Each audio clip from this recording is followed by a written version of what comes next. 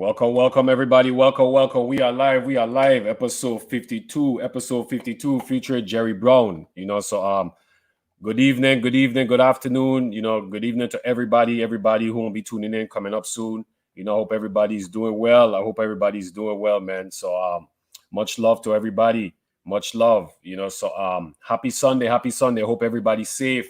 It's been a while since we've been on. I think the last time we was on was, if I'm not mistaken, Monday. So that was kind of unusual, because our schedule kind of changed a little bit. So, but I hope everybody doing well. Good afternoon, Dwayne. Good afternoon. Yeah, man. I hope everybody having a safe week. Bless up, Jomo. Bless up, Jomo. Much love, King. Much love. We got Tegan coming in right now. As well too. The people's choice. He's here. Peace, Mumba, man. I love. Back in St. Croix, it is. Yeah, good to see you, man. Yeah, good to see you too, man. Good to see you. So happy to be home, brother. So happy to be home. Yeah, man. You're the busiest guy in the world, but we all appreciate what you do for the kids there, man. So much love to you, brother. Yeah, man. It's been really crazy, but I'm enjoying it, representing our country, and it is what it is. So we're just doing our best. Yeah, man. Big up, Andre. Andre, big up. Thank you for everything, Andre. Titus Jr., big up.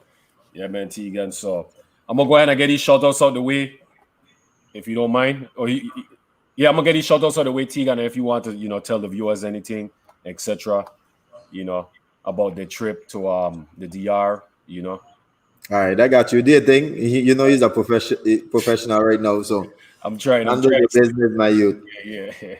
Yeah, man. So, much love to all the VI people, all the Virgin people, doing their own business and stuff like that. So much love. I'm just doing a shout out, so, just spreading love. So if you guys got a chance, you guys interested in any of the business owners, you guys go go out and support, and stuff like that. And if there's anybody you would like me to shout out, let me know as well. So I'll do it also. So we got legends340.com, legends340.com.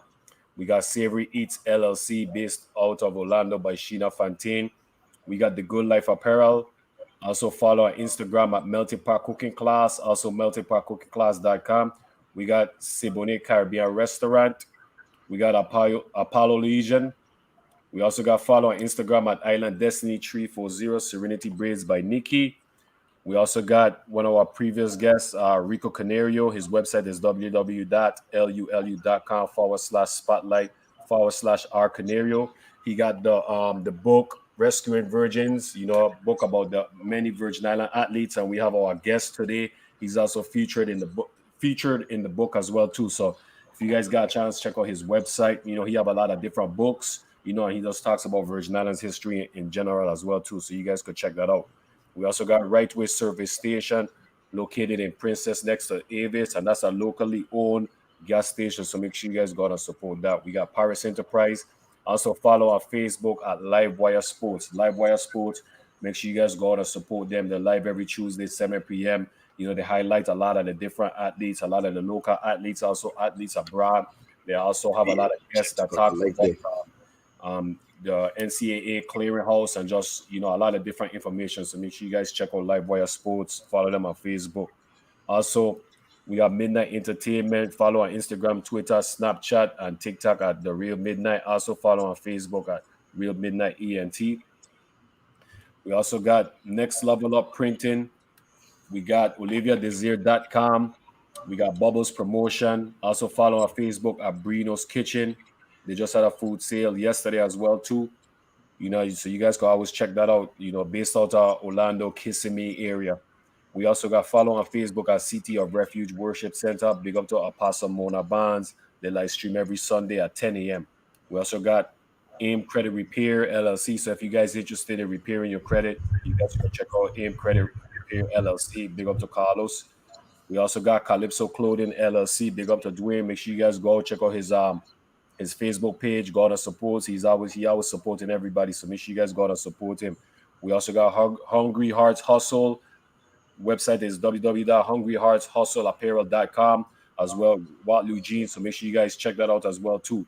And last but not least, our YouTube page, v.i.legends. All the previous episodes is on the YouTube channel. So if you guys get a chance, you guys can always go back and watch it as well too.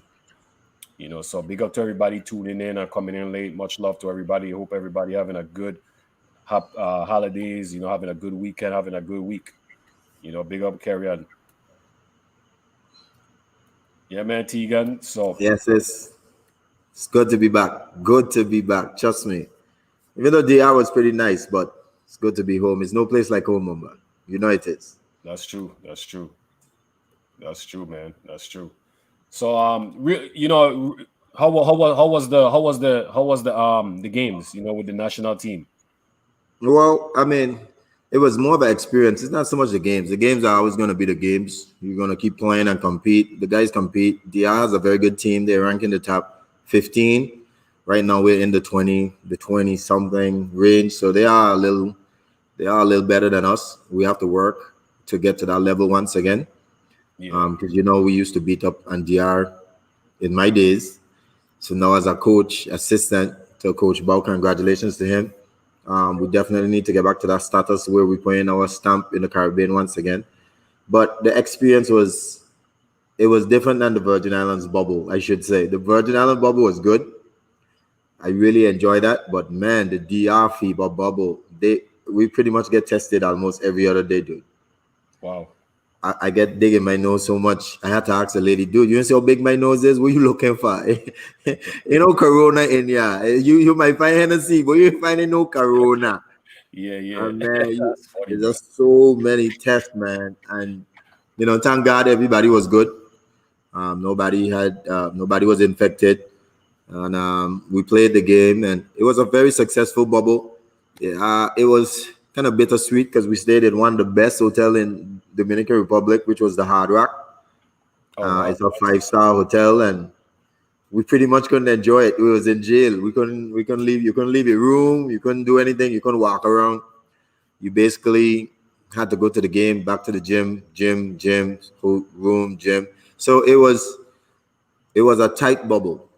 It was a really tight bubble, but I mean, in this type of atmosphere, this is what you gotta do to get games done. So I could really feel with the NBA players, even though they probably had a better bubble in terms of freedom.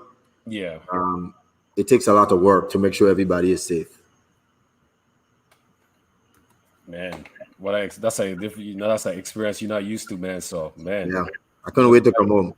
I was so tired of getting tested. Like, I mean, if I ain't getting in contact with nobody new, if I'm not going anywhere in the hotel, why are you testing me every other day? That makes no sense. But yeah, I that's guess you gotta do what you gotta do.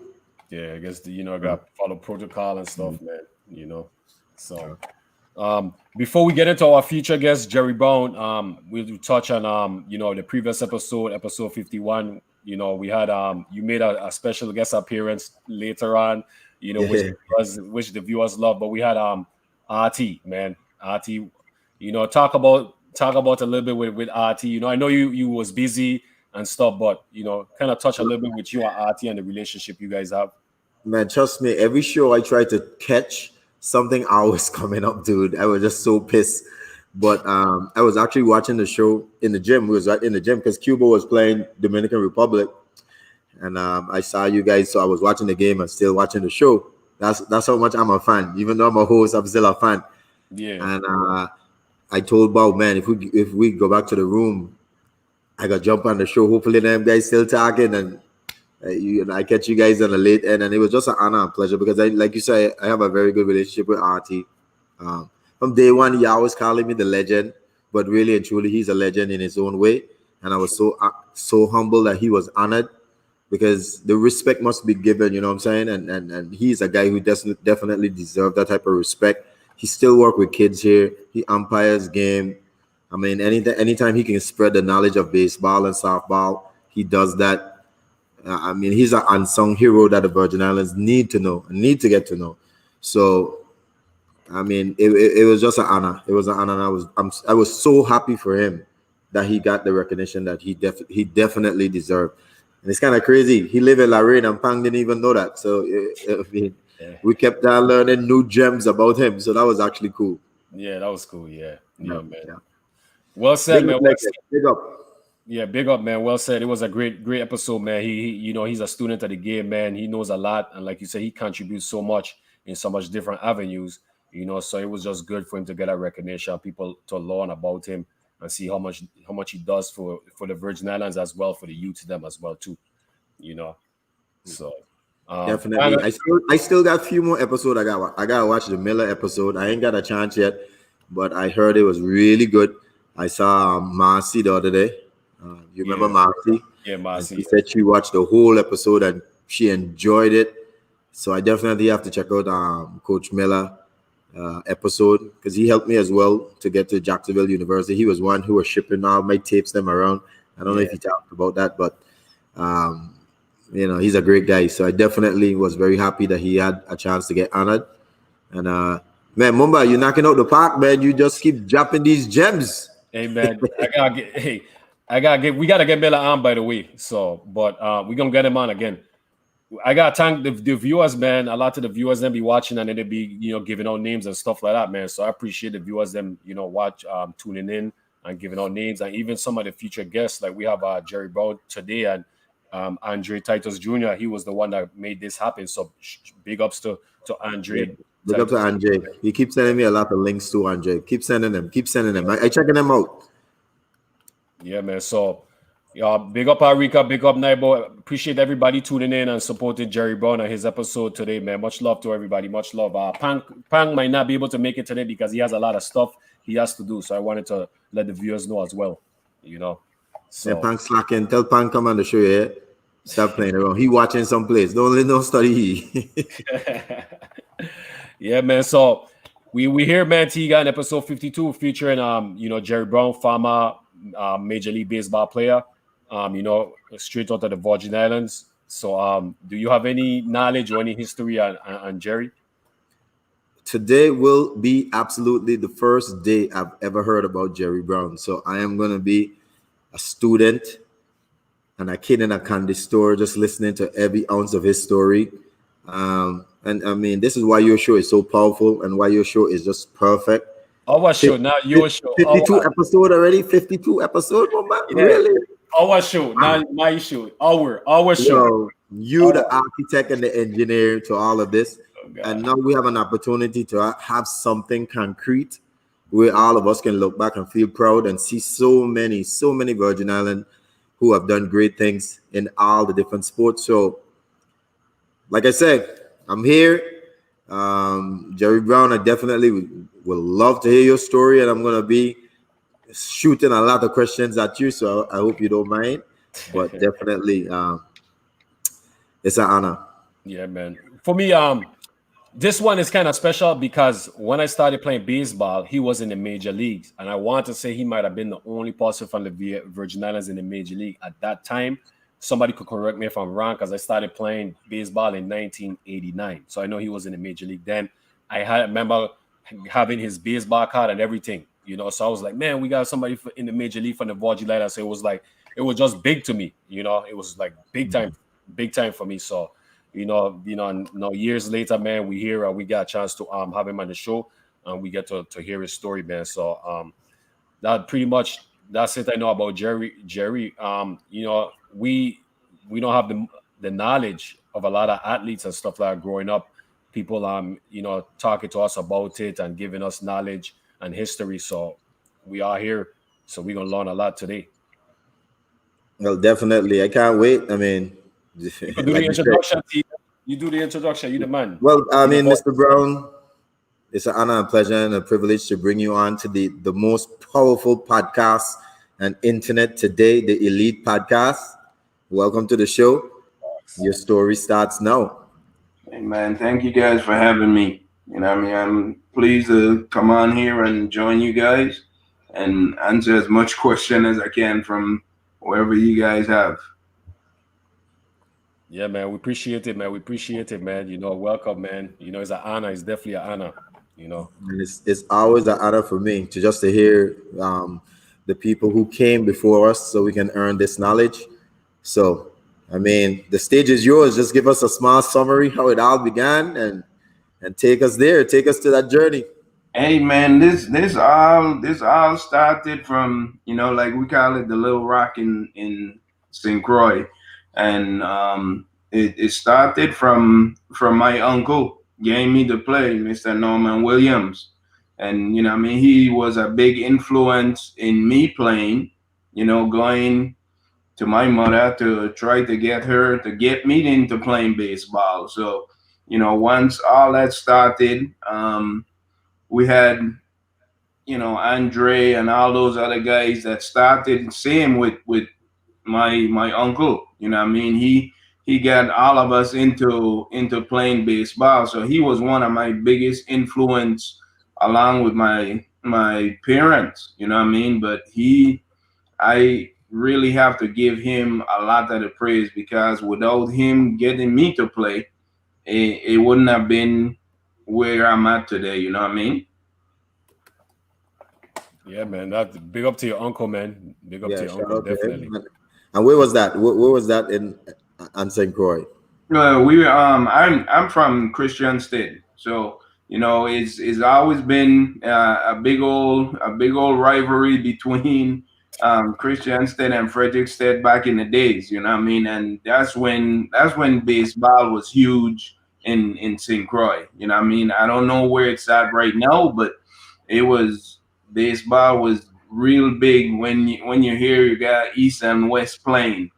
But what I mean, before we go even further than that with all this stuff is, what I mean, we had my uncle that get me started, then you had Horace Clark, Elmo Plaskett, Pat Brown. What I mean, we had a whole lot of guys that, a lot of people don't know these guys that really helped a lot, but they had a lot to do with my influence in getting me to play Major League Baseball. Wow. Because it's without them getting us to go like from St. Croix to Puerto Rico and St. Thomas and get a little bit of exposure, that was huge. That was huge. How old were you when you first started playing? Man, we started from 9, playing the league up at Canigata Ballpark, and it went from there. So And who was your first coach at that time? Do you my remember your first first coach was ever my coach? uncle. It was my uncle, and I was just telling Andre that this morning where he didn't hold any punches. That's my uncle, that's my nephew, and stuff like that. It wasn't like, okay, I'm gonna give you a pass. You know what I mean? 'Cause, like I was telling Andre this morning, he had one game that I could actually remember. I actually think I had like 3 arrows, and I moved from shortstop to third base. And he said, "Your next step is going in the dugout." So it wasn't nothing where, oh, okay, you okay. No, he didn't play that, guys. It was, what I mean, it was structures. He gives you, structures. And we learned, when I tell you, we learned the fundamental of baseball from my uncle. It was fundamentally sound, and that's one of the biggest things that always sticks out in my head as far as playing is being fundamentally sound. And you guys know that from all different sports, basketball, baseball, football. If you're not fundamentally sound, it's hard to go anywhere else. You know what I mean? So take us back, even though we are the youngsters up here now, take us back to that rivalry where you talked about Christiansted versus Frederiksted. What went into that rivalry? Obviously, we're talking about friendly fire because we from the same place, but what was about that rivalry that make it special? Well, the rivalry with that is it just the people on the east side always think they were better than the people in the west. So when Oh, okay, when it come okay. when it came down to that, what I mean, you had east and west, and at that time you had to win, like, we were 9 to 12, and if you want to go to play in St. Thomas, you gotta beat West, or West gotta beat East to go St. Thomas to play. So it's that rivalry back in those days when you talking about serious baseball at that age. That was pretty good baseball. That was real good baseball when you had everybody from east going down to west to watch a ball game, or everybody from west coming up to the east to watch ball game, and then you still had those teams. I don't know if anybody from Grove Place coming into play and all of that. Also, you know what I mean? Mhm. How was the attendance like when you was playing Little League your time? Hey man, hey, that's so funny you ask, cause man, you had just about everybody showing up when you hear you playing against East against West. The crowd was pretty good. You got people in their car in the outfield. You got people in the stands. You know what I mean? So the crowd was pretty good. You know what I mean? They had a whole bunch of people participating and watching those games, to tell you the truth. That's a great question, Mumba, because that was gonna be one of my piggyback question. Like, how important now looking back was that support from the community? Because presently sometimes we are very lacking that type of parental support and that Right. community support. How important was that for you and your upbringing? Well, it was important, but on the other hand, when you got big crowd watching, you know what I mean, you want to perform at the top of your game. You see what I'm saying? So when you have a crowd like that and you watching around, and you saying, man, this is something that is real, and ain't to be with, oh, ain't got nobody here, so me ain't gonna really perform. But when you look around and the ballpark full with your parents, your friends, and just everybody else from around, that was huge for a lot of us. You know what I mean? 'Cause we know we have the support of everybody coming out to watch the game. Okay, okay, cool. Yeah, that's important, man. The support, man. That support, man. It motivates you. It Oh, motivates you. it gives you a big motivation. You know what I mean? You step out on the field, and the ballpark full of people. So let me ask you, at a young age, did you play any other sports? Man, I was straight baseball.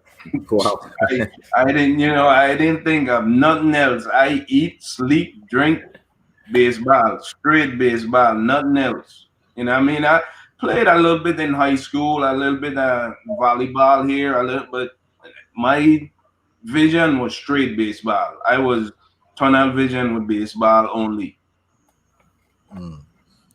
So here's a True. question that keeps striking me with baseball, because obviously my sport is basketball, but since Mumba brought me into this podcast, I'm learning so much about baseball. In your time, did it have any high school elementary baseball? Because I'm realizing all the baseball sports was played outside. No, it didn't. You know what I mean? Because when I was growing up, we had one public high school, which was Central High, and it really didn't have no baseball for the school. So every baseball that we played was outside of school. The only time we played against the other school was in softball. You know what I mean? You win and play all the other schools, but baseball, it didn't have any baseball team. So was your season like all year round? How did you guys had a like a It seasonal was, yeah, season? it was constantly. You know what I mean? Like I said, we played all along from the man from say from January to December. You know what I mean? 'Cause we had those tournaments. Then we had trips where we made some trips to St. Thomas. Then we made some trips to Puerto Rico, and those were huge. You know what I mean? Cause no, we sitting there in St. Croix, and we thinking, okay, this is real good baseball. But no, when you go outside and we go to Puerto Rico and we sing back and we like, whoa, Mm, these guys are pretty damn good. You know yeah. what I mean? So now you like, okay, I gotta step my game up, guys. These guys here is real good. I'm not saying we couldn't compete with them, but no, it's a different. You're looking at a different type of baseball from the Puerto Ricans and St. Croix. You know what I mean? So he's like, hey, if we want to get at this level, this the type of work we got put in to get on this type and this level with these guys. Cause you know those guys in Puerto Rico was pretty good. So Yeah. we had to go over there and show them, hey, we could play baseball just as good as you guys. And you know, you hit a great point because that's one of the things a person on the outside don't understand about the game itself. Maybe you can play someone who is better than you and probably have a little higher talent level, but once you feel the level and you understand there are still another level to get to, it triggers something inside of you if you as a competitor to really work hard to at least get close to that type of level. And I Well, think a lot of yeah, people don't really understand that you can always get better. I think a lot of that is, you know what I mean, a lot of that is work ethics. You know what I mean? If you want to get to a certain level and you're looking at these guys and you saying, well, hey man, I got if I want to get to this level, I gotta step my game up. I got to work harder or to get to this level. You know what I mean? Hmm. And it's a thing that I think now we have a lot of kids that don't have that kind of work ethics. You know what I mean? They have the talent and they just say, well, you know what I mean, I'm good. I don't need to work as hard anymore. You know what I mean? So it's when you say to put in the work to get to that level, hey man, that's something that you do, you know what I mean? Your team practice, but when your team not practicing, no, this is for you to go and put in that work if you want to get to the next level. Wow. Yeah, that's true. I got one more question, Mumba, real quick. Yeah, yeah, you good. Um, Yeah. you spoke about the type of talent that was around during your time. Could you give us some names of some of the players we might have heard of um, who was actually at your level and probably even was better? Hey man, we had guys from, you know what I mean, I had a kid that, like, my neighbor right up the street, and a guy named Randall Knight, left hand pitcher, about 6'4", to throw the ball. We had guys from down in the west, Ulysses Piper, um, Bones O'Neill. I don't know if I know Bones. Then we had Mhm. man, we had Ricky Hernandez. Hey, they got so much names that we could really roll off that, you know what I mean, that guys that I played against, and how good that talent was back in the days. You know what I mean? The Raymond Canton, the Albert Titus. You know what I mean? We had guys that I thought was going at least get a shot to go play professional ball also, you know what I mean? Yeah. And Yeah. it was surprising that some of those guys didn't get that kind of chance like we did, you know, like I did, you know. So Do we you have. think? Go Oh, ahead, go ahead, Mumba. Tegan. You go. Go ahead. Go ahead. Like you just, I like to piggyback from what you say, so a lot of the audience can get an idea what it takes to get to that level. Do you think that it was a little bit of luck that you got that opportunity? You put out more of what the recruiters them was looking for to give you that opportunity. Hey, it was, you know what I mean? It was part luck and being in the right place at the right time. Cause at that one point we went when I signed to go play, we went to Puerto Rico and we played in a real good tournament. And you know, like we always tell the kids, you know what I mean, you have to go play because you have no idea who's in the stands and who's watching. You see what I'm saying? So Mhm. True. that that particular weekend we went and played in Puerto Rico, and I had a real good tournament. Turn around the next weekend, and that same team came back to St. Croix to watch the tournament again.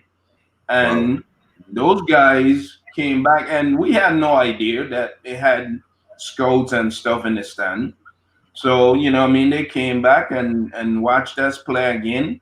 And the tournaments was real good. We had real good turnout, and it looked up that maybe I want to say like maybe a couple weeks later after that, they called my uncle and Harris Clark and those guys, and hey, we want to sign him to go play. I mean, Wow. I had no idea that's what was going on. I mean, I just went and played, and because that's what I like to do. I just like playing baseball. It didn't matter where. What I mean, and that's how it is. And so What was it was more in the right place at the right time, and some luck behind of it.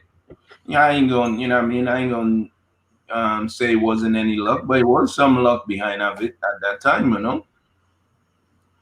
What position you was playing at that time, and what age?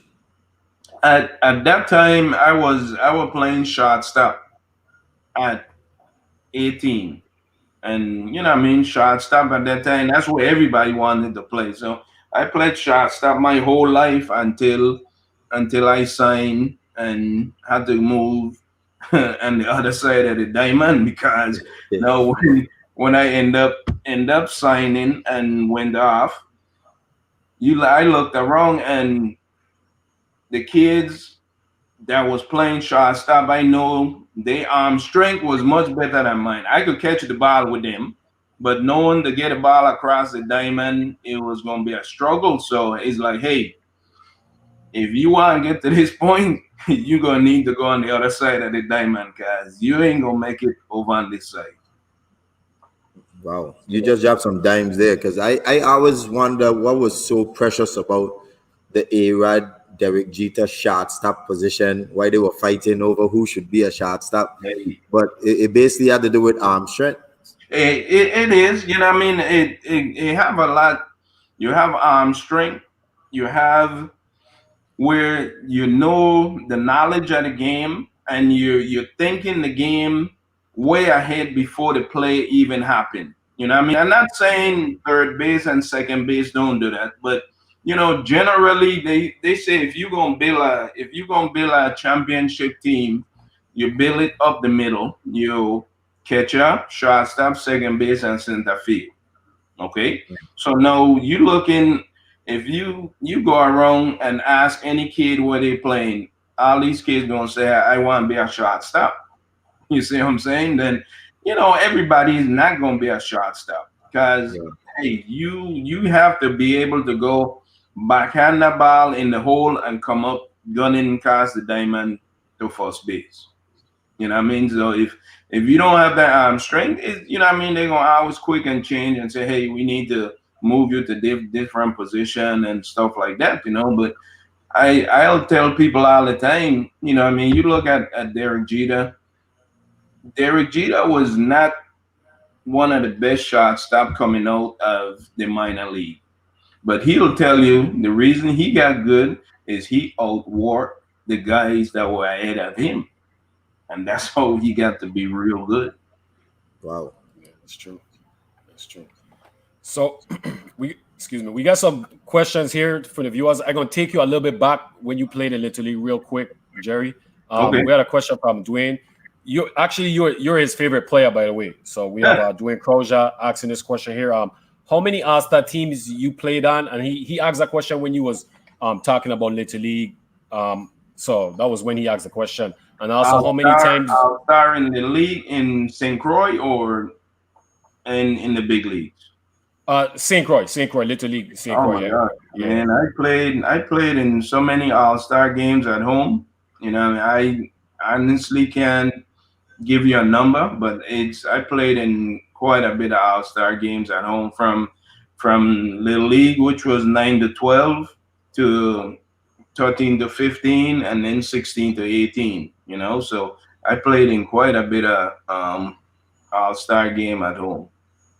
Okay, and then he had a follow-up question. So, how many times that you could remember that you traveled to like St. Thomas, Puerto Rico, and throughout the Caribbean, you know, playing Well, Little we League baseball? we travel a lot to Puerto Rico more than St. Thomas. Okay, wow. When we went to St. Thomas was when, I don't know if you guys can remember when they started to do that, like the interleague, when we'll go to St. Thomas one weekend and then St. Thomas come over. So we did, mm, not too many in St. Thomas, but we traveled to Puerto Rico quite a bit. We went to Puerto Rico quite a bit. Okay. And then real quick to our viewer, Rico, I got your question. We gonna ask that question when we get to his career in the big leagues. We have a statement from Jamal Brown. He said, "Tell them how you been when the scouts came looking for you." What I been?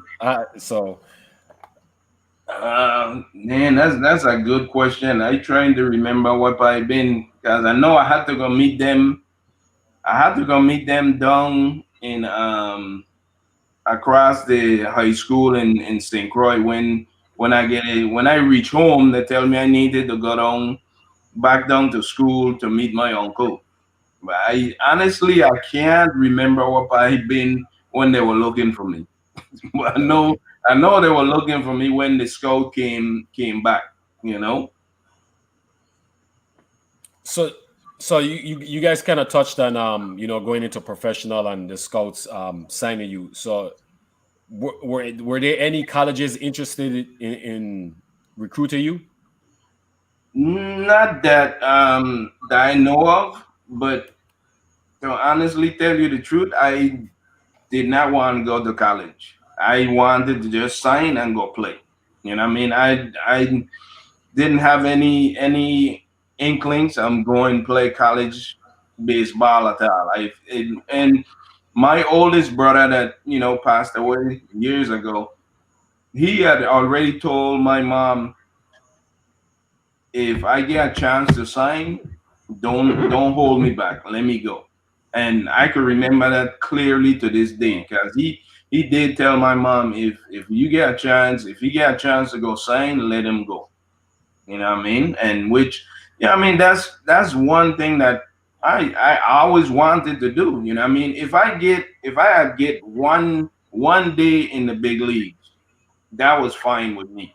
You know what I mean? Because if you guys think about it, it's hard for us coming from St. Croix or St. Thomas St. John, from the Virgin Islands period, of getting that kind of exposure like everybody else does. You know what I mean? So it's not easy, you know what I mean? And it's to where I like, hey man, if I just get one day in the big leagues, I'm like, I'm good. I'm good. Could you take us through some of that hardship and journey getting there? Because obviously I know you didn't just landed once you signed in the big leagues. What was the journey No, like? A lot of people don't get to understand the journey. They only see you at the end of the rainbow. man, I tell you what, the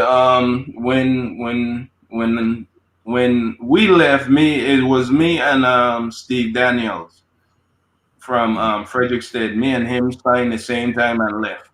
And man, I'm telling you, when we got to Florida, I mean, we coming from St. Croix, I mean, we just got our little windbreaker and stuff like that. Not knowing Florida get cold too, Mhm. So we Yeah. we get there. No, it's we waiting, and it's just me and him. Ain't no tour guide, nobody. We got to find who coming to pick us up and where we going, because it's man, it's a it's a beast, period. Because when you get there, no, you don't know anybody. So now you gotta say it's pretty much me and Stevie only. You know what I mean? So now, hey, here this journey go. You start out with spring training. With I mean, you have to get up like say 6 o'clock to try to go eat breakfast, to catch this van that's going to the ballpark at 8 o'clock, to get ready to start spring training, like say about 10 o'clock. You know what I mean? And this is an everyday routine. Ain't no days off. You know what I mean? I'm talking Sunday to Sunday. You ain't having no day off. You know what I mean? And you at the ballpark anytime from 10 o'clock in the morning till about at least 4 in the afternoon. And this is the same thing over and over and over. You know what I mean?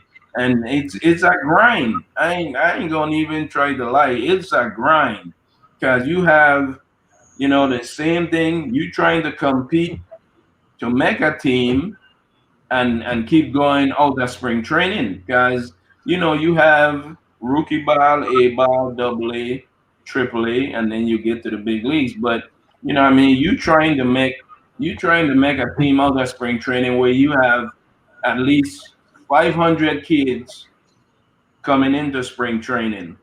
And you trying to make the rookie team, because this is our first year. We trying to make the rookie team out of spring training.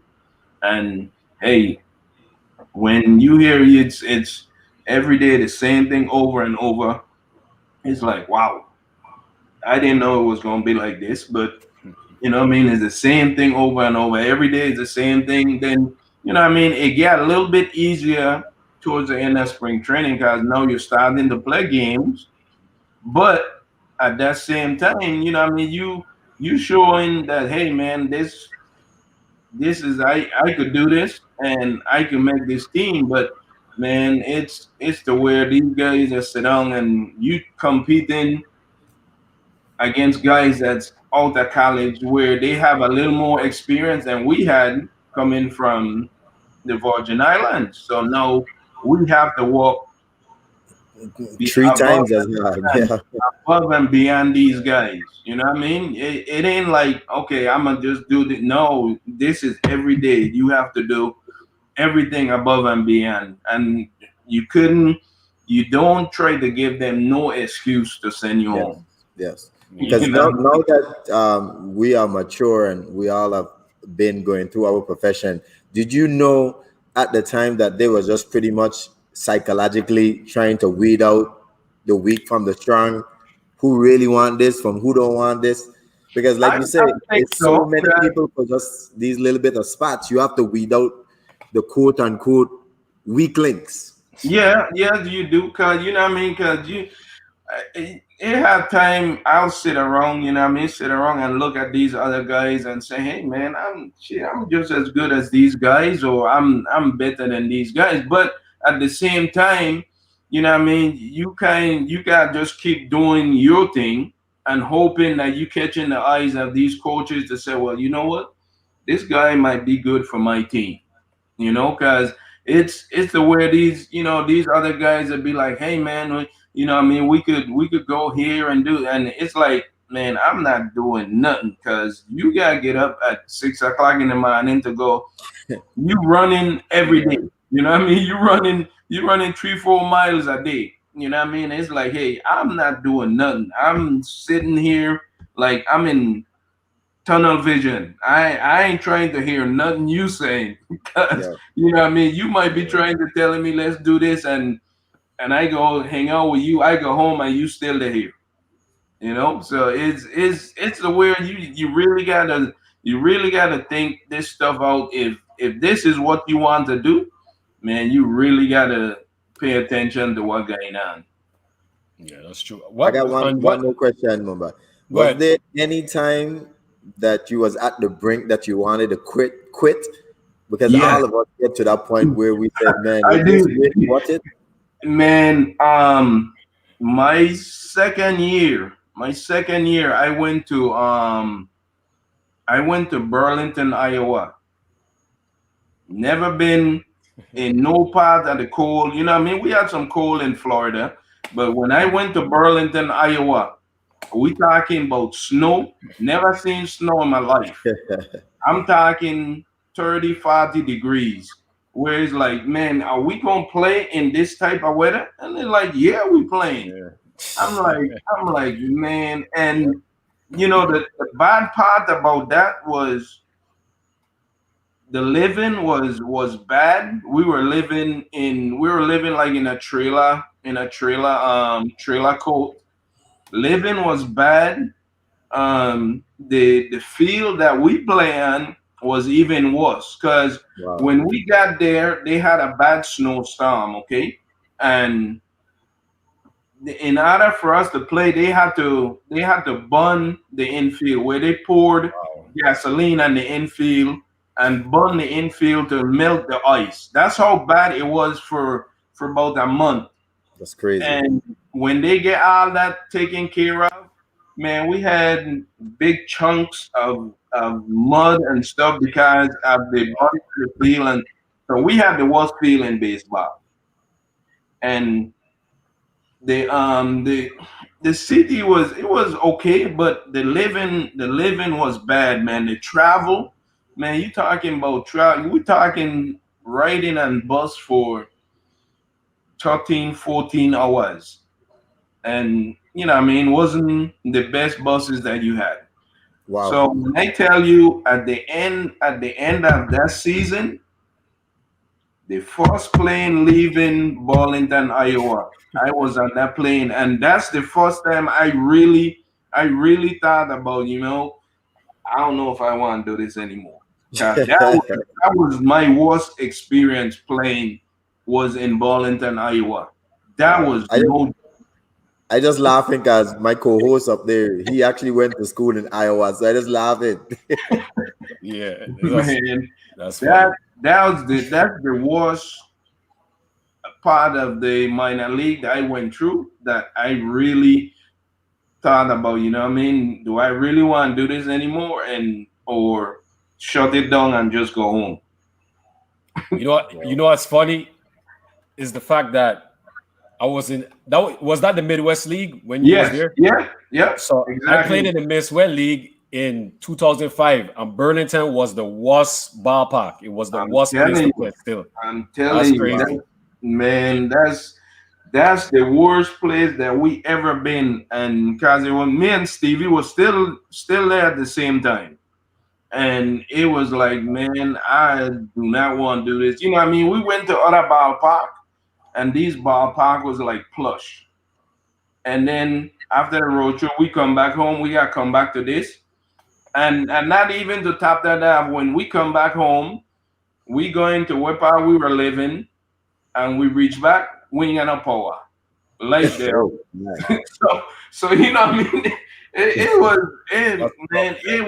That was the worst year that I could actually remember.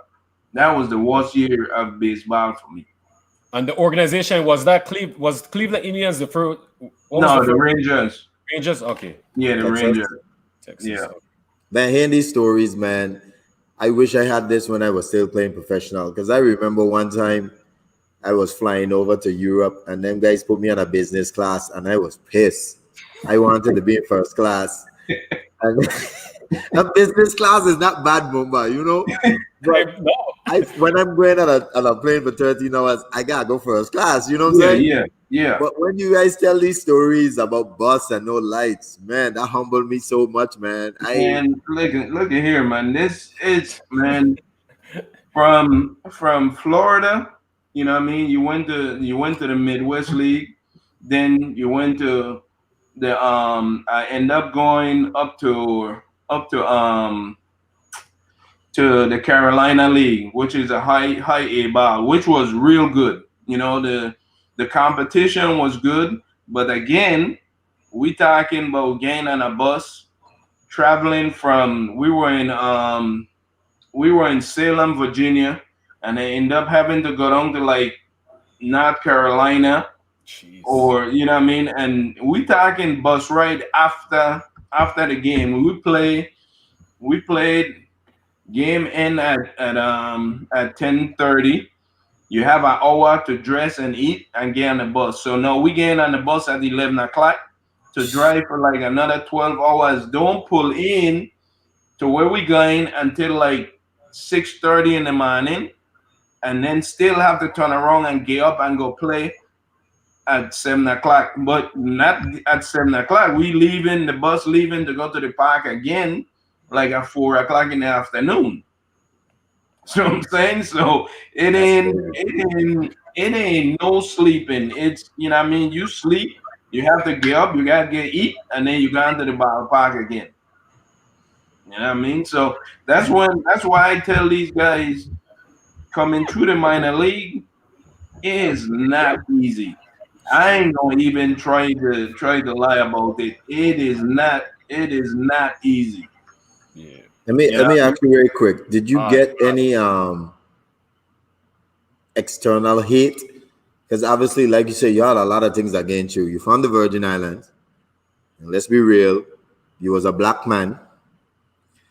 You're playing in a sport where they saying, well, you ain't really Latino because they were more catering to the Latino players, and then you still have the Caucasian to deal with. What were some of the things you had to deal with in terms of externally that didn't belong in the game? Hey, the worst place I felt that was when we were in this was in double A in like 80 about 86. We were in Arkansas, Mhm. and if I correct, it was myself, and I think I might have been the only brother and the only African American on the team. And we went to play in Arkansas, and I mean, in the minor leagues, you don't get a real big crowd, so you could pretty much hear everything that everybody's saying. You know what I mean? So Yeah. I run out on the field one day, and they got over on the third base side. They got some stands down the line, and they got three guys sitting up in the bleachers. Ran out to my position, and they say, "Hey, you, black guy." So you know what I mean? I ain't never, you know what I mean? I ain't thinking nothing like that. They say, "Yeah, you, man, you lucky you got this game called baseball. Because if it wasn't any baseball, you'd be in the field picking cotton." I'm like, "Oh, Wow. I Wow. said, really?" I'm like, Wow. Wow. so no, my mindset went from I'm going from the hotel to the ballpark back to my room. I'm not going nowhere. Wow, that's Not in crazy. Arkansas. You know what I mean? Because, you know what I mean? I've been Arkansas, Burlington, and never heard nothing like that until I went to Arkansas and heard that. You know what I mean? And I'm Yeah. like, really? And I'm like, oh my God. So I'm like, now nobody, I'm like, ain't no way I'm going nowhere in Arkansas. Not even close. But and what I mean, you heard a little bit, what I mean, you get in the big leagues, they had few here and there, what I mean, but yeah, but that's like, man, that's the one that always sticks out to me was when we went to Arkansas Little Rock. That's crazy. Wow. That is crazy, man. That is gems. That's stories a lot of people need to know. Because this Yeah. is reality in the professional sports. They Hey come man, from all angles.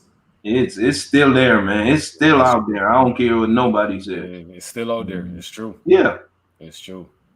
And a lot of the minor league parks, them in the stadiums, they be some crazy towns and cities, man. Yeah, exactly. So They, you know what I yeah, mean? As long as they can put up a stadium, they're gonna put it up. But some of them towns that you go into is like, really? You yeah, know what I mean? Because hey, man, these places is like, the city is run down, but you got this stadium right in the middle of the city. And Wow. hey, that's what you gotta do to go through the minor leagues in order to get to the big leagues. Cause man, you're not eating good. You're traveling by buses every place you go. You know what I mean? You rooming 4 or 5 guys in an apartment with no furniture. You know what I mean? So and you're not making any kind of money. You know what That's I mean? crazy. Unless you just a big number one, number two pick in the minor leagues. Okay, you got a little bit of coin. You could do better than half of us could do. You know what I mean? So, man, that's the part I keep telling these guys about the minor leagues. Is like, hey, it's not easy, but Yeah. you know what I mean. You put in the work and you get to the big leagues. Now you say, hey, I see why I had to put in this kind of work to get to this spot. You know what I mean? Yeah.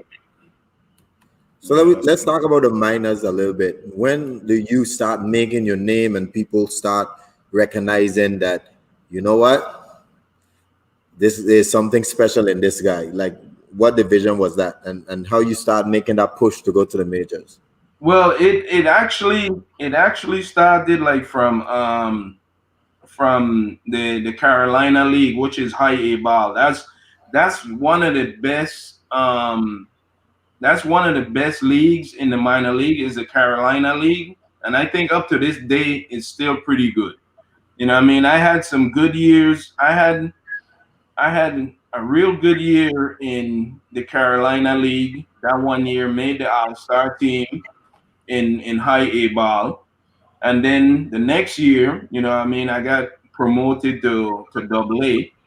Had a big year in Double A. Made the All Star team in out of the Texas League in Double A also.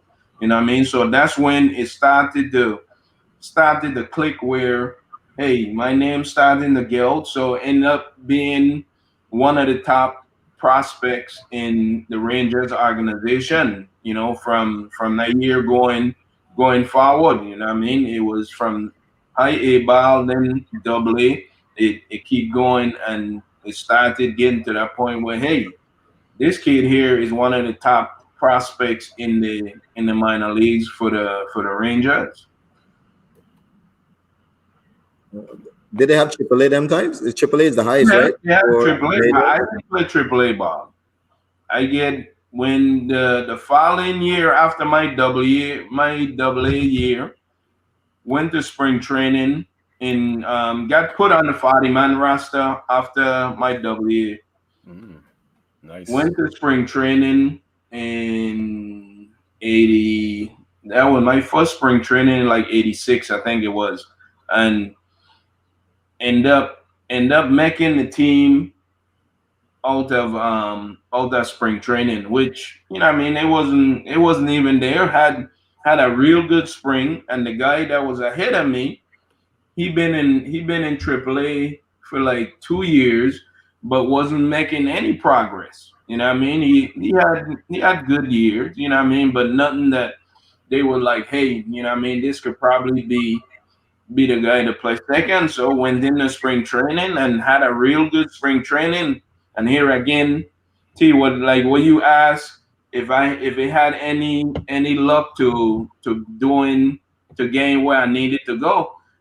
That same year, when I went to spring training, the guy that was the second baseman for the Rangers in the big leagues was getting ready to retire. He had just retired after the season last year, so the job was open. Okay. So no, that was like I tell people all the time. I was in the right place at the right time. That's Mm. true. I had a big spring training. You know what I mean? Had a real good spring, and the at the end of spring training, they called me in and say, "Hey, you gonna be the opening day second baseman for us in Arlington." I'm like, "Really?" I'm like, "Dang," you know, because I mean, I joined the spring training, and it's I mean, I'm just thinking, okay, I need a good And spring. I'm probably gonna end up going to AAA, but I made the team out of spring training, and it was just being in the right place at the right time. right. So when You know, when you when you go go ahead, ahead, bro. Tiga, you go. No, You you go know, ahead, brother. You good. you kind of gloss over it like it's so easy, but I would like you to put in perspective because the viewers them don't know how hard it is to be the last pick at the highest level. They have Man, no idea how many people are fighting for one of yeah, those spots. yeah, and that's the thing. The guy, me and that same guy was fighting for that job. You know what I mean? I had a good spring. He didn't have a good spring. And like I said, he been at AAA for the last 2 years. And I knew, what I mean, I knew who the guy was, and was figuring, okay, he's gonna be the guy that's gonna be the next second baseman for the Rangers here. You know what I mean? But like I said, I went into spring, had a real good spring training that year, and I beat him out for the job. You know, and but it's and it was it's when you get to get put on the 40-man roster, you close. You know what I mean? You ain't quite there yet, but you're Yeah, but you, close. You know yeah, what I mean? Once they put you on the 40 man roster, you know. yeah, that's true. That's true. How when did it really sink in that you was actually you made it? You are major league because earlier in the episode you talk about you just if you could have just played one game in the major league, but now you made the team coming out of spring training. Well, it actually sank in when when we when spring training was over and we get on that plane flying coming to Texas. That's when it really sank in. Okay, I'm here. You know what I mean? Yeah, You know what I mean? You can you ain't getting off the plane. You on the roster. You know, you just made the 25 yeah, man roster. So hey, I'm here. I made it. You know what I mean? But you know what I mean? At that same time, you still thinking, man, it's yeah, I made it. No, the thing is, hey, gotta stay what there. you gonna do to stay here? Yeah, Gotta yeah, You stay know what I there. mean? It's the hardest Like, thing in the world. It's staying oh my there. that's gosh, true, man. that That's that true. is the hardest thing in the world is, and you know what I mean? I always tell people though, it is not hard getting to the big leagues, it really is not. But the hardest part is staying. You know what I mean? Hmm, Because yeah, no, I gotta be consistent throughout my years. Cause you got guys behind you trying to get your job. So yep, that's I Exactly. true. gotta be consistent with my job in order to stay here. You That's know, true. so it really is not hard getting to the big leagues. It really is not. And for me, the game gets a little bit easier when you get to the big leagues. Simple reason is pitchers are a lot more around the plate compared to when you playing against guys in the minor league. They throw in 90 plus, but they up all over the place. So now you know that mama, you know that these guys is all over the place. So now I'm like, whoa. But then when you get to the big leagues, these guys are they could spot where they want to throw these pitches. So hitting gets a little bit easier. It's not as easy as you think, but it get a little bit easier. Yeah, yeah, that's true. What How so let me ask this. This is a go great ahead, question. T. No, I'm yeah, sorry. go. You good. No, you So good. you're in the major leagues, your first at bat, you remember who you faced It's a and good question. what was that like? Man, my first game played was against I want to say it was against Kansas City here in Arlington. I can't remember who we faced, but I know it was here in against Kansas City, and it was just like, what I mean, you sitting there thinking it's like you know what I mean, you just looking around looking around the ballpark, and it's like, man, I'm actually in the big leagues. You know what I mean? Because you Yeah, like you still ain't believe it. You know, you got your uniform on, you're doing all that. Now, hey, the lights are on, and you like, wow, this is crazy. You know what I mean? You yeah, sitting there and you say like, wow, this is crazy. And hey, man, it's like, man, you start thinking back about where you came from to where you are now. You know what I mean? And it's just like a big accomplishment because this is something that I always wanted to do. I had no intention of doing nothing else but Mm. playing baseball. That's yeah. that's all I wanted to do. How was the reaction from your mom and your uncle and your brother? Well, When they you were the first one that I actually called was when I get on the roster. My mom was the first one that I called because I tell you what, man, my mom Iris Brown, she went above and beyond to help me do. We went to Florida for a camp and all that, and she did so much stuff for me is it just like unbelievable. You know what I mean? Which she didn't have to do, but she knew this is stuff that I wanted to do. And the only thing that she asked me to do is all I ask you to do is get your grade. That's all I asked. She didn't ask for nothing else or ask for anything much. Just make sure your grades are right. because it had days where my grades wasn't good, and I'll give you a quick little joke where I wasn't doing my schoolwork, and we had tournaments getting ready to come up, and she knew that I wanted to go play, and she like, you is not going nowhere this weekend because your grades are not good. So she like, and I don't, your uncle, your father, the Lord Jesus Christ to come here, you ain't coming out this house. And when she That's funny. said she was dead serious, ain't nobody could have come and convince her that I needed to go play. She like, I don't care who come here to this door, you not leaving this house. And I'm like, wow, you know what I mean? So I knew this like, okay, I bet I get his schoolwork done if I want to play. That's true. That's true. Even if That is Jesus come, you couldn't leave. You know What? what I'm saying? Yeah, I ain't care who yeah. come. I ain't moving. No. That's the iron Mm-mm. appearance right there, brother. I tell you, I tell you. Like, no. Even if that man from upstairs come here, you ain't going nowhere. No. Mm. That's true. You That's know what I true. mean? So up to this day, man, and like I tell you, I can remember a lot of this stuff. You know what I mean? From going with my uncle and Harris Clark and Elmo Plaskett, Pat Brown. Hey, all those guys, I can remember because they had a lot to do with me moving forward. You Mhm. know. Yeah. But then, you know what I mean, when you get like you guys were asking about getting to the big leagues and the hey man, when you get there and you go in these clubhouse and seeing how these guys been doing for years and you're like, wow. I say what they say when you leave the minor league and get get to the big leagues, you did your due. You put in your dues to get to the big leagues. It's so much that it's like everything that you look at is they just passing stuff out. You know what I mean? It's like wow, this is crazy. This is It's crazy. true. It's true.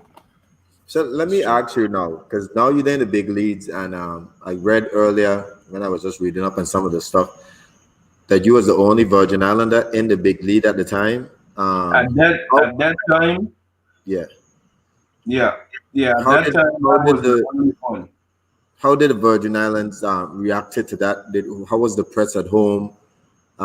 Did you get any notoriety? Because we always like to give big ups to our sons who are out there doing it at the highest level. Did you pay attention what was going on home? That hey, our very own Jerry Browne is right now is with the Texas Rangers, and he Yeah, doing I big get things. I one guy. I don't know if you guys know a guy named Johnny Clemens. That Johnny Clemens is a big basketball guy, Yeah, we and know him good. huh? We know him very well. Okay, Johnny Clemens used to keep up with me a whole lot, and I think he used to be on the radio at that time and doing a lot of he followed me probably throughout my whole career. So everything that I did, you know what I mean, he used to put it on the air and it went through the newspaper and all of that. So, you know what I mean, I got some pubs and all of that through a lot of that from Johnny Clemens, really.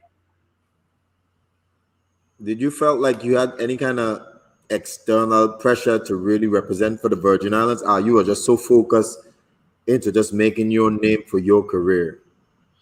No, I don't think it was any additional pressure. You know what I mean? The only thing that I could actually say that I wanted to do was make sure that whatever I do now, it's I'm making sure that I don't make it put a bad representation out there to where they say, well, oh, these guys from the Virgin Islands is we don't need to go and look at it. I wanted to make sure that when I go out there and play, you know what I mean, I'm representing my family and the Virgin Islands. So now they'll say, well, hey, we need to go down to the Virgin Islands to see if we have some more what other talent they have down there that we could come down and sign. You know what I mean? So I was trying to make sure that every time we did interview and they asked, I said, hey man, we have a lot of kids down in the Virgin Islands just as good that could make it to the big leagues. That's big time. Love that. Yeah, man. Real quick, Jerry. We have a comment here. It's kind of a question too from Steve. He said that when he was 6 or 7, he used to train with a guy named Cliff Brown, who he said he was related to you. Did he end up following your footsteps in the minors or end up training somewhere else? That I think he end up training going somewhere else, and I'm not quite sure. You know what I mean, where he ended up going. You know, because it had a couple of those guys that end up signing. I didn't really know where. You know, what I mean, we didn't get connected like Madrid Cummins, Calvin Pickering. Most of those guys, you know, what I mean, I kind of follow him a little bit towards my end where they were just starting to come in a little bit. You know, what I mean, they were still in the minor leagues. You know. Yeah. Throughout your career, did you ever reach out to Elmo Plaskett or Horace Clark if facing any adversity throughout the minor leagues or the major leagues? Well, I talked to Horace Clark a lot about the adversity, about what I mean, just trying to stay focused on what you here to do. You know what I mean? Because he Horace Clark talked to me a lot about that. You know what I mean? I talked to Elmo a little bit, but Horace Clark did mention a lot about the adversity being, African American trying to play in the big leagues. You know what I mean? That's true. So your first season, you finished your first season with the Texas Rangers. First year in the major league. How was that season? That's first season was that's I had a real good season in my first season. Ended up hitting about over 280. You know what I mean? Season was good. Played pretty much every day. You know what I mean? Every day at second base. So that was actually pretty good. You know, the travel and the everyday in and out of the baseball, that's when it really started to hit where it's like, hey man, this is in order for you to stay here, this is stuff that you have to do on a daily basis where I'm trying to better my game. Either is base running, defense, hitting, you know what I mean? So it's like a everyday grind. But that season, I had my first year in the big league was pretty good. We have a viewer question here, Tegan. I'm gonna get to it and then I'll let you go ahead. Go ahead, We have did a question. We have a question from Rico, and he asked. Let me. He asked. Elroy Hendricks had two sons that played baseball around the same time as you, Jerry. Did you ever played with or against Elrod or Elroy Hendricks? No, no, didn't play against him, but I always used to see Elrod because he was a bullpen coach for Baltimore back in the day. So I used to see Elrod a whole lot, but I didn't know his son. But I always used to talk to Elrod when he was the bullpen catching coach for the Baltimore Orioles. So I used to see him quite a bit when we went to Baltimore. He came to Cleveland or Texas, wherever, because he was still around in the big leagues when I came up to the big leagues. Okay. So they have another question here from Lyndon Phillip. He wants to know where did the nickname the governor came from? And that came from at the time it was the governor in California was Jerry Browne. So once it started back then, the name came in, and it actually came from from one of my coaches. and he explained and tell me all of it, and I'm like, oh, okay. And it went, and it stuck. It up to this day, it's still, what I mean, still get people call me the Gov. That's a good nickname. I Yeah, like that one. that's a Yeah. very good nickname for real. Yeah, Yeah, that's a man. good one. When you was with when you played with the Texas Rangers, was Nola Ryan playing with you? No, No. I say my first 3 years, when I was here, 86, 87, 88. Then at the season after the 88 season, I get traded to Cleveland.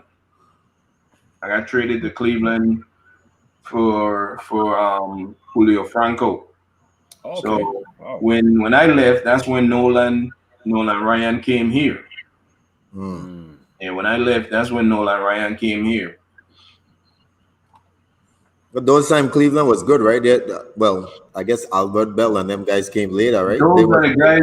Those are the guys. What just when I was getting ready to leave Cleveland, that's when Cleveland started to pick up and get better. Because I played with Albert Bell for like 2 years in up there in Cleveland, and then my last year, that's when they started to bring in the Kenny Lofton and the Jim Tomies and all those guys started coming through the minor leagues a little bit, and that's when I end up leaving Cleveland and going to Oakland. How is that trade process? Could you give me an insight? Good question. Do they alert you like, hey, you're gonna get traded? Because I hear a lot of stories where players turn on the TV or the radio and they hear, hey, you just got traded to another city. Were Nah, you they alerted? they actually call me then in the off season and say, hey man, we're getting ready to make a trade, and we just want to let you know that we're gonna trade. It was myself, Odaby McDowell, and Peter Bryan went to Cleveland for Julio Franco. So they call and tell us, hey, this is the trade that we going down, and we think it's going to be a better opportunity for you to get to play more. So we're going to trade you to Cleveland. Well, they were very professional with that because I've heard Yeah, many I stories mean, of it, guys it was, watching the I team. mean, it was, and don't get me wrong, though, Cleveland wasn't the best place at that time to play because they wasn't, I mean, the only real superstar that they had at that time was like Joe Carter and probably Corey Snyder. I mean, they didn't really had no superstar in Cleveland like that. So it was I mean, I had some good years in Cleveland. For the 3 years that I was there, I had some good years there. So how many years in total did you spend in the major leagues? 10. Wow. Man. Yeah, 10 You had a years. great career. 10 I Yeah, years. man. Yeah. That's a appreciate 10. that, man. I appreciate that because it was three here, three in Cleveland, two in Oakland, two in Florida, and the one year with the Mets. You know what I mean? And but my biggest the best years that I had actually was out in Oakland. Oakland was my best years I had. That's where when I mean, I already been in the big leagues for a couple of years. But then you walk in the clubhouse in Oakland, and is a clubhouse full of superstars. The Ricky Henderson, the Dave Henderson, the Canseco, the Oh, Maguires. yeah. You know Wow. what I mean? So that's what I mean. You walk in that clubhouse, and that clubhouse ain't nothing but superstars from top to bottom. You know what I mean? So, and that was one of the better years of my career, really. Let me ask you one quick and then Mumba jump in. Yeah. Because Jose Canseco pretty much blew the lid off the top with his book and his steroids issue. How I mean, obviously this is your peers, and we know something in professional sports. You don't really air laundry, no matter if it's dirty or not. That's just like a man code within a Hmm. locker room that the Right. outer world shouldn't know about. how did Major League viewed him airing all of those dirty laundries and stuff like that, and you being his teammate? What was your assessment about the whole ordeal? Well, that was actually surprising because then this is just my opinion. I think he did that because um, he wanted the he actually wanted I think wanted to get back in the game, and ain't nobody was bringing him back into play. So he's like, okay, this is what I'm gonna do. I'm gonna write a book and I'm gonna tell everything that been going on for years. Which, like you just said, a man code. Which whatever happened in the clubhouse, stay in the clubhouse. But so now it made him one of the bad guys in baseball because what I mean he blew the whistle and a lot of stuff that what I mean that most people didn't have no idea that was going on. What I mean? But that was actually surprising when that came out that he said he started actually calling names. He didn't just say a player did this. He started calling names who was doing this and who was doing that. You know what I mean? And I'm like, really? I'm like, Yeah, wow. that's the So biggest no in a yeah, sports, not exactly. football. You know what I mean? You Yeah. could say whatever you want, but when you start saying this guy did this and this guy did that, I'm like, oh my gosh, this is crazy. This is crazy. So crazy, man. So we have a question here from Rico. He stated the term super utility player was created because of you, Jerry. You was one of the few people that could play every position in the infield and outfield. And he was wondering if you ever wanted the opportunity to pitch. No, never did. But they honestly the guy that actually started the super utility, if you guys can remember, is that guy Tony Phillips. I don't know if you remember the Tony name. Phillips, yep. Yeah, Tony Phillips, That yeah. was one of the first guys to actually started that super utility. And honestly, with me going when I left Cleveland and went out to Oakland, and Tony La Russa, I gotta give him some credit to that too, where he started playing me all different positions. And honestly, by him doing that, that actually put 5 more years on my career. By me being able to play second, short, third, first, and the outfield. That Wow. honestly gave me 5 more years on my career by doing that. Man. You know what I mean? So that's another thing that where you have to be open to something like that. You know what I mean? And you have to be open to say, hey, if you want to stay in the big league, this is what you're gonna do. You're gonna have to play couple different positions. But at the same time, I'm playing different position, but I'm playing every day. So I come in the clubhouse every day. I'm in left field, or come in the next day. I'm in right or at second base. So it's what I mean. It's a good thing. It really did end up being the best thing for me. You know. Okay. Makes it harder for them to cut you as well because now Yeah. they can plug you in anywhere. Yeah, Yeah. exactly. So what? Tricky, man. So what that did though, you know what I mean? What that ended up doing was it ended up they didn't have to take an extra player. They could take an extra pitcher.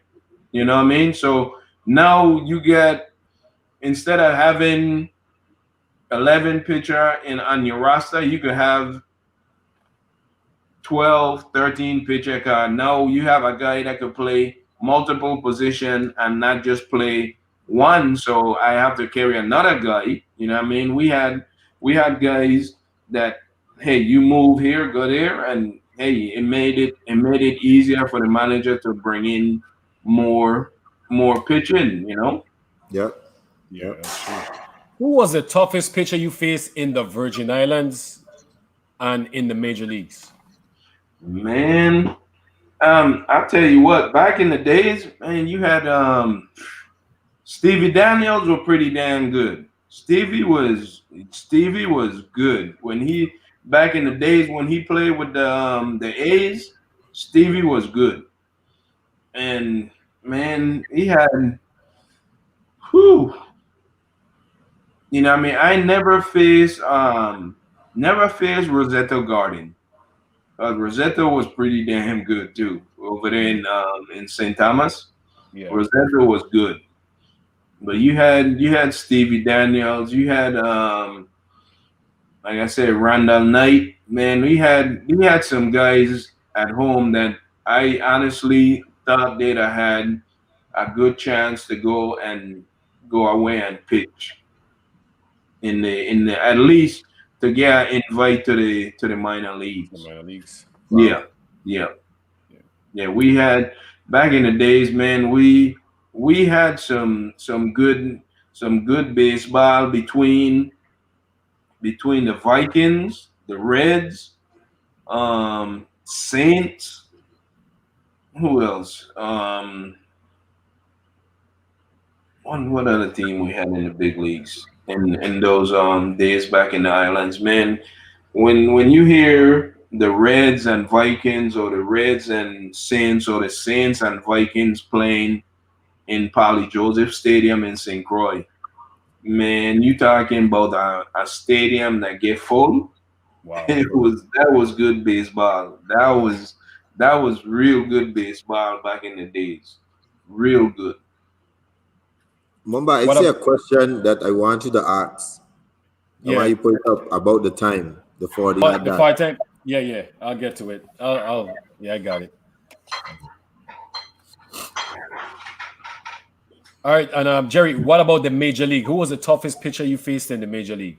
Man, I ran up against, Roger Clemens back in his heydays. Um, Nolan Ryan when he came here to play. You had Brett Saberhagen back over there in Kansas Kansas City, City. and man, you had Oil Can Boys, you had Frank Tanana, we had Chuck Finley. I saw all those guys in Anaheim. It was like whoa, you know what I mean? Because back in the days when Roger Clemens was in his heyday in Boston, that was a fight every day you face him. That was a fight. Could you give like an example of what made him so tough? Because obviously you're in the major leagues. A lot of the pitchers are good. What was so different about him and Nolan Ryan compared to other pitchers? Well, the thing you facing against those guys were like no nonsense guys. You know what I mean? They did not get to the point where they would knock you down and didn't care two things about it. Didn't blink about, you know what I mean? They'll come up under your chin and they'll sit there like, yeah, this is the big leagues. You have no say, and just the command that they had, it was pretty good. And you talking about guys throwing this type of pitches at this time at any time, you know what I mean, for strike, not just to throw it. You know what I mean? They throwing it for strike. And you had Nolan Ryan doing the same thing. You know what I mean? And you hear about Nolan Ryan for years. And now you actually getting ready to face a Nolan Ryan. You know what I mean? Mhm. Yeah, So Nolan for a Ryan. novice like me who knows nothing in terms of facing baseball, not even at Little League, I always hear the commentators speak about Pedro in terms of throwing like a 96 mile per hour fastball, and then he will drop down with a 80 mile per hour changeup. What is that Change up. like when you facing that? See, that's the thing about those guys is those guys could throw those pitches at any time. You know what I mean? So you can't sit there and thinking, okay, I have to. I'm sitting on one pitch because he has 3, 4 pitches that he could throw at you at any time, and you'd be like, man, this guy here is. Because I faced him when he was a lot younger in LA, and he was not that good. But as he got older, he got to be real good. Mm. And you guys saw it, and he threw, like you said, he'll throw that 96, and then his changeup is like from the same angle, so you have no idea. You know what I mean? It's like Yeah. you come a fastball, and then you look, is that changeup? Then you like the ball ain't even get to the plate yet, and you swing it. You know what I mean? So that's like that. As you know, what I mean, we use to call that like the Bugs Bunny changeup.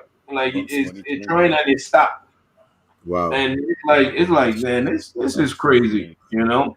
It's not And that's fair. why I keep telling these folks that man, hitting is hard. It is not easy. It's not easy to hit, but you look at some of these guys. Some of these guys make hitting look real easy. Well, the percentages say that you're right because some of the best hitters hitting 300, 330. But when you look at the scheme of things, that's only 3 out of 10. So you know how hard it Yeah, has to exactly. be. But but that's funny you said that. We were just telling these kids yesterday for this little winter program that we're doing.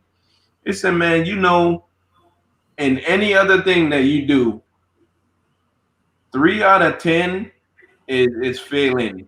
But you could do 3 out of 10 in Major League Baseball and you're a 300 hitter. Yeah. Any other thing in life, you know what I Yeah. mean? You got 10 questions in school and you get 3 right out of 10. You failing. Yeah. You know what I mean? Yeah. No, You you get got 3 out of 10 in Major League Baseball, you're a 300 hitter. yeah. You're right. You You know, don't have a 3 out of 10 from the basketball court and a future line. He's garbage. That's You true. worse than Shaq. that's crazy. You know what I mean? Oh That's man. crazy. You sit down and think about stuff like that, and it's like man, that's hey, 3 out of 10, and I'm a good hitter. I'm a great hitter. I can hit in 300. So So I want to switch a little bit before you come in, Mumba. I want to talk about Barry Bonds. Did you ever get a chance to meet him? oh, Uh, I played against Barry Bonds coming through the minor leagues when he was in the minor league with Pittsburgh in that same Yeah. Carolina league. We came through the minor leagues together, Mm. and everything that you see about Barry Bonds as far as the baseball player, Barry Bonds was that good. Even That's in the true. minor league, he was that good. You know what I Mm. mean? And it just elevated when he went to the big leagues. I want to say Barry Bonds was the first guy to ever get intentionally walk with bases loaded. yeah. Yeah. That's how good he was. It's They'll let crazy. him get one. They'll let him get that one. We rather intentionally walk you and face the other guy than give you four. Cause that's how good he was. Man, You know what I mean? That's crazy. that is crazy. That's That's so crazy. crazy. So So you played with crazy. Maguire. Was Maguire that good, or he was more media hype? No man, Maguire. Hey, Maguire and Canseco was pretty. They were pretty damn good. Maguire was for how big he was. Maguire could hit and hit for power. Canseco was the same way too, though. Canseco had more than Maguire. Canseco could hit for power, and run. Yeah. That's those cats was man. You know what I mean? And it's surprising, not surprisingly, as he got older, all that stuff started to come against him. But Canseco back in like what 86, 85, 86, man, Canseco was a beast. You see him and Maguire come to the plate back in those days. That was no joke. Because when I tell you Canseco, even if you walk in, Canseco gonna run. Because for a big guy, he ran pretty dang good. Yeah, I think he had 40, right? He made the 40 on one Exactly. strong Yeah, steel or something 40, like He that. 40. was Yeah. he could run, and he was in those days back there in Oakland. He was a pretty good outfielder. He was pretty good. All So that He was, other yeah. stuff he In the got street. caught up in, but Canseco was good. He was good, man. so you among all of these stars, what was your best ever year in terms of statistics? Do you remember? In Cleveland, in was it 80? He's at 89 or 90. Why hit 290, 299 in Cleveland. Wow. That was my best year in Cleveland, statistic wise. Scored over 50 runs. Over 50. I think it was even more than that. Drove in over 50 runs. Scored. I think I was close to like 80 to 90 runs that year. That was one of my biggest years in the big leagues.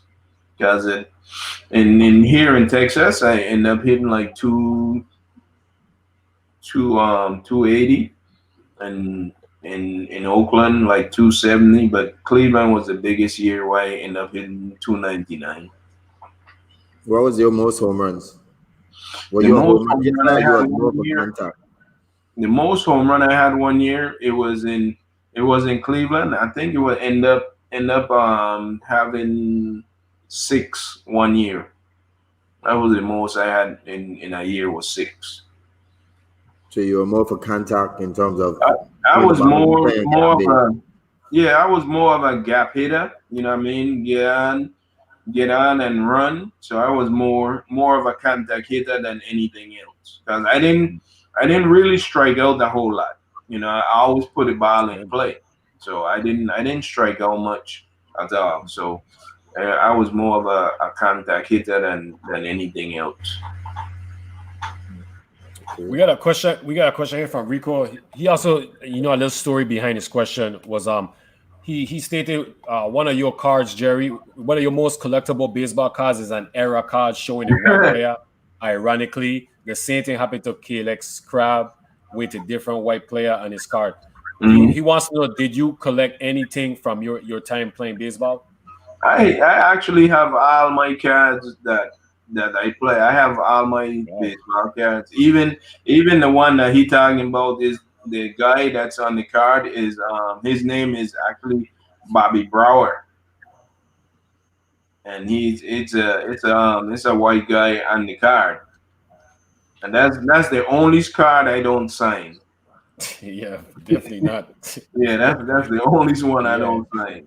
But I have all my baseball cards. I have all of them. nice. We have a question here from Steve. He also stated, around the local guys here on St. Croix, we always debating about who has the best 40 time. Major Cummins and others stated their time were 4.44 to 4.6. And he wants to know, what was your best time in the 40 yard in And your prime?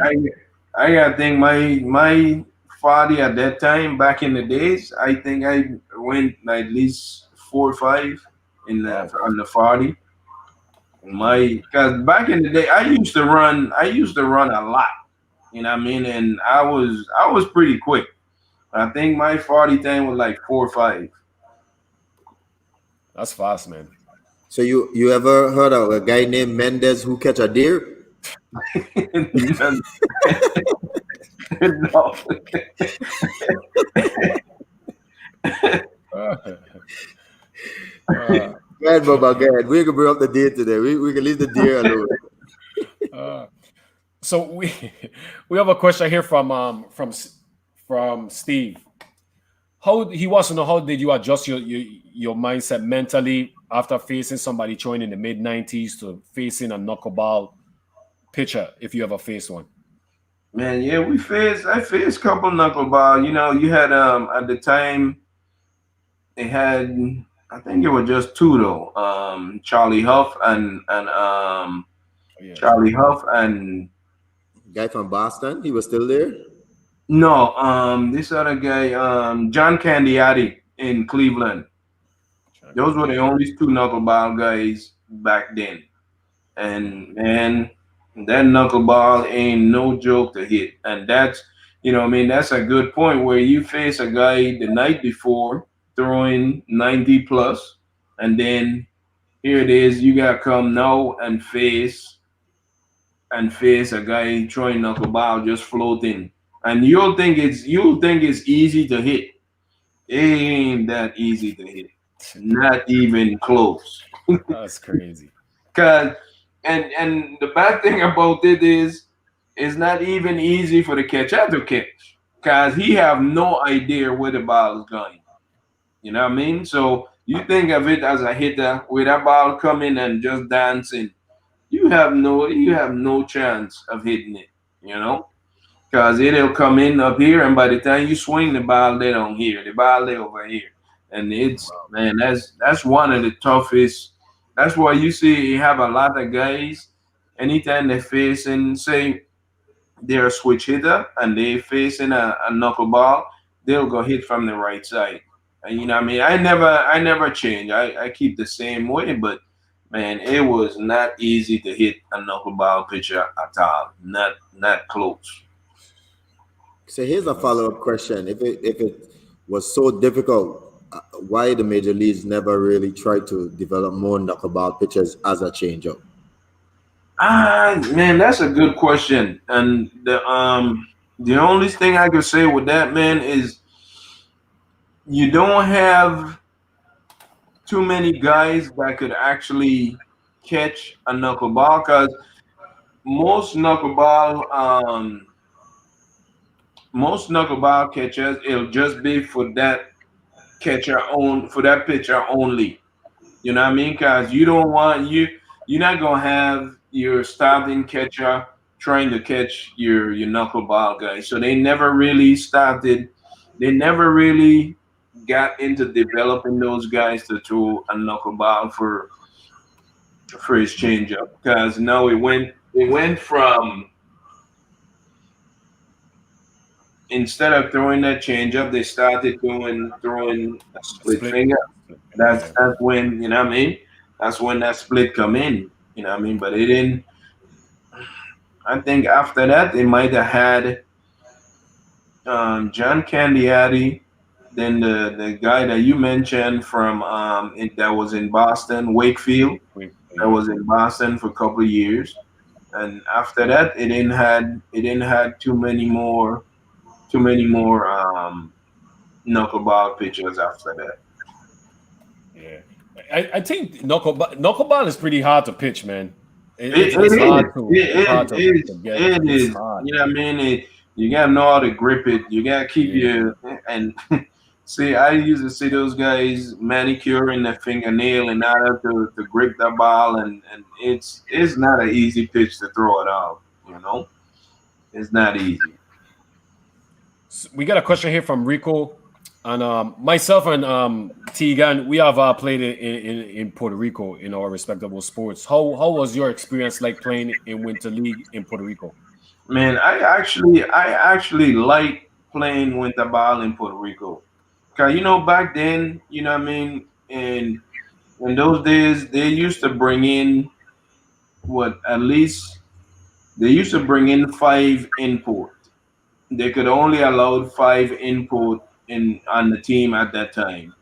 And I played in Santurce, where at that time they had a contract with the Dodgers. So all the import was from the Dodgers that they bring in. But I actually had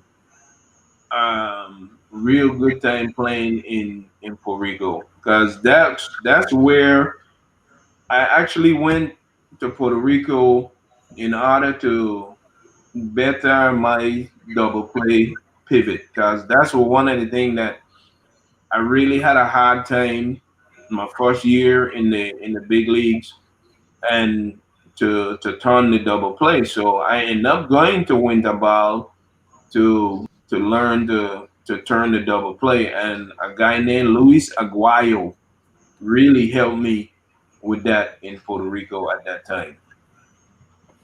So here's a And follow-up question, because like Mumba said, we all have been a part of the Puerto Rican development and the fanaticos over there and the passion that Puerto Rico have in terms of sports.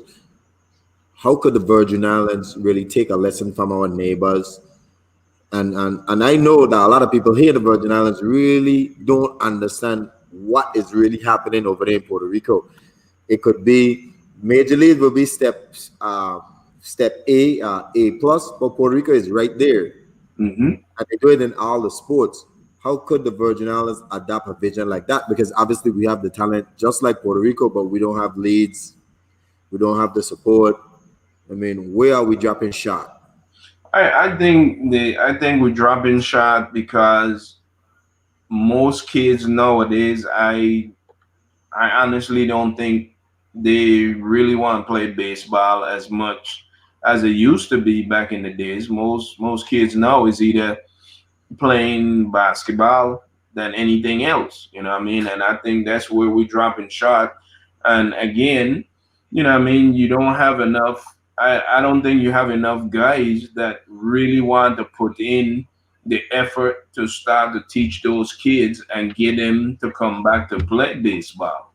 So I think that's where we dropping shot. You know what I mean? And you said it. We missing the support. That's one. We missing where, you know what I mean, getting the kids to come out to the park to practice. You know what I mean? They'll show up and come to play. But when you say practice, ain't nobody showing up. You got one or two kids coming to practice. You know what I mean? So it's like, okay, if that's gonna happen, we ain't gonna have any baseball because ain't nobody want to come practice, but everybody will show up for For game game time and time. want to play. Hmm. So Andre Titus Jr. mentioned this, Jerry.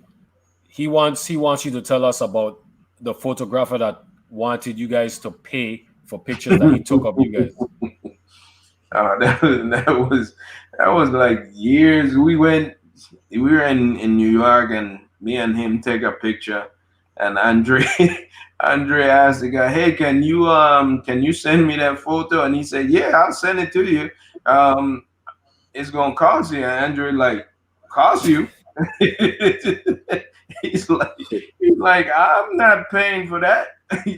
That's crazy. You paid a picture for your own self. He's Wow, like, "We're that's not paying crazy. for that." Like, no. Yeah, that's Oh, crazy. I'm a we guy of history, and I noticed you have the Negro Leads poster man, in the back of you. I keep that on my wall, man. That's stuff that most folks have no idea how much these guys here kind of paved the way for us to play. You know what I mean? And this is a poster that I see, and I say I have to get this poster. And And that's a perfect man. You answer the question before I even ask it. I that always say, and like Mumba and myself, the Virgin Islands have so much talent, and until today, and I'm 41, making 42 years old, I have never heard of you. right, So we are lacking in terms of keeping up with our historical, pretty much leaders who came before us. right, I think that should be the next step for the Virgin Islands of having that type of history preserved, that where you could be proud of having that history hanging on your wall. I should be the same Mm, proud having you hanging on my wall, knowing that true. you are one of the first. right, And I think right. that's where we drop in sharp. What do you think about that? What's Yeah, your that's it. That is true. Cause you know what's so funny though? It had this guy did a mural of me at my elementary school up in it's called Pearlby Lawson up in Christian State. He had a yeah. mural on that wall for years, and they have no idea who that is. I could walk in that school and they'll have no idea That's me on that wall, Wow. and that mural been there since probably I want to say like 80, 86. If Wow. and they have no idea who that picture of that on that wall is. That's, I mean, that's crazy, and I that's never something knew that either. we would like to change. Yeah, we definitely, yeah.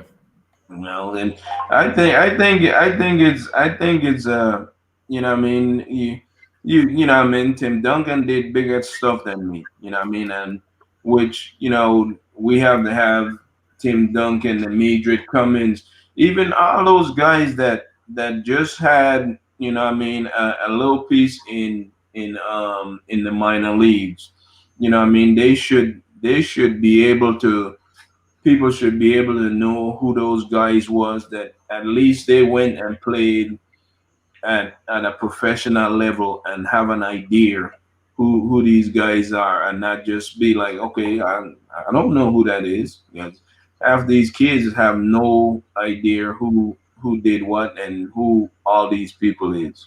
They have Hmm. no idea. That's true, man.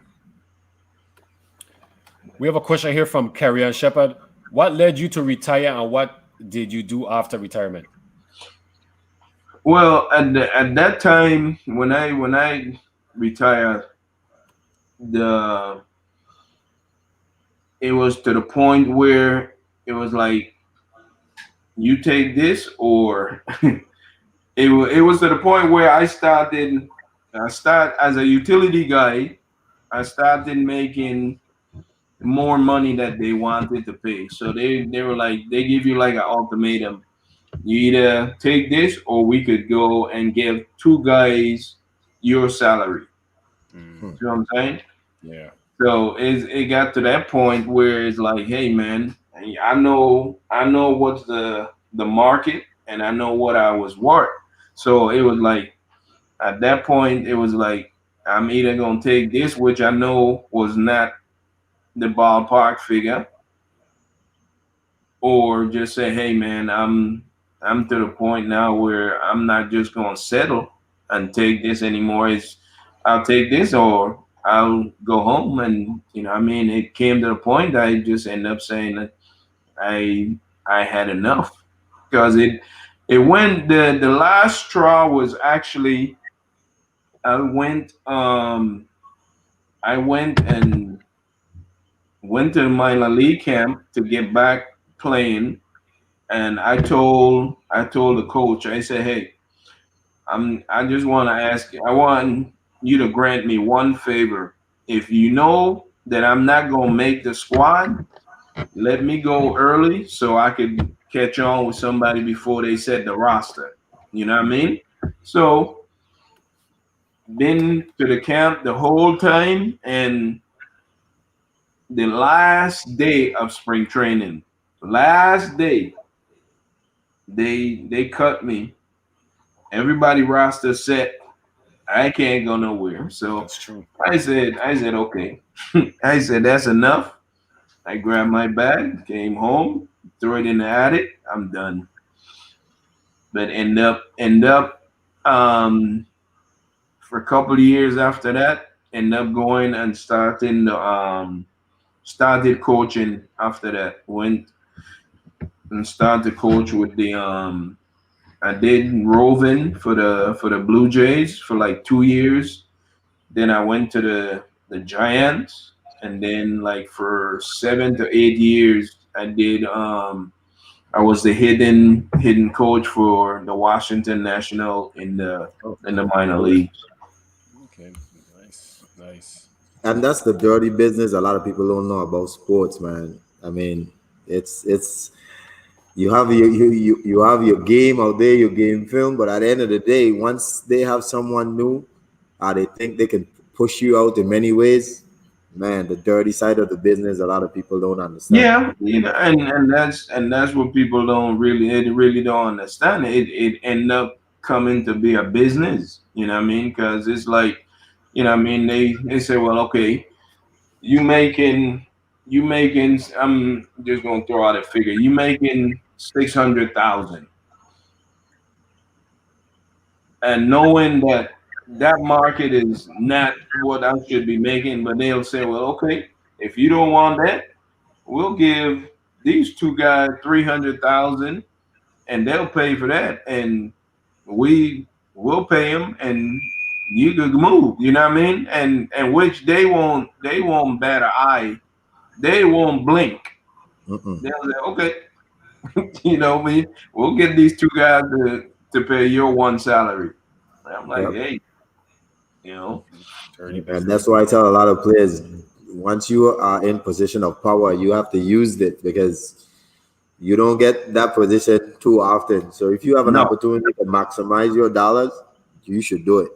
oh yeah, definitely. You know what I mean? Don't you know what I mean? You don't even and that's why it's good when you get a chance to go to be a free agent where you could put your price. You know what I mean?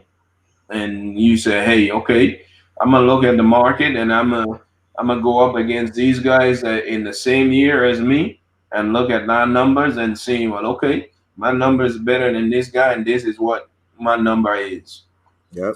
You know what I mean? That's why free agent is such a big thing for professional sports. Yes. Yep. Yeah, that's true. That's when you get your power. Yeah, yeah, you Yeah. know what I mean? That's exactly when you get your power. You have We a have a couple quick. more great questions, Mumbag. You can ask them. Yeah, we have a question here from Arthur Kanai Jr. Have you ever thought about coaching the national team, the VI national team? You know, I don't actually even I heard of it, but I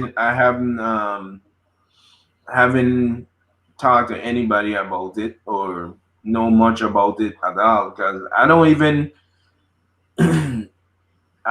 know what the stadium situation is at home. You know, what I mean, if the ballpark is back up and running, or I don't know.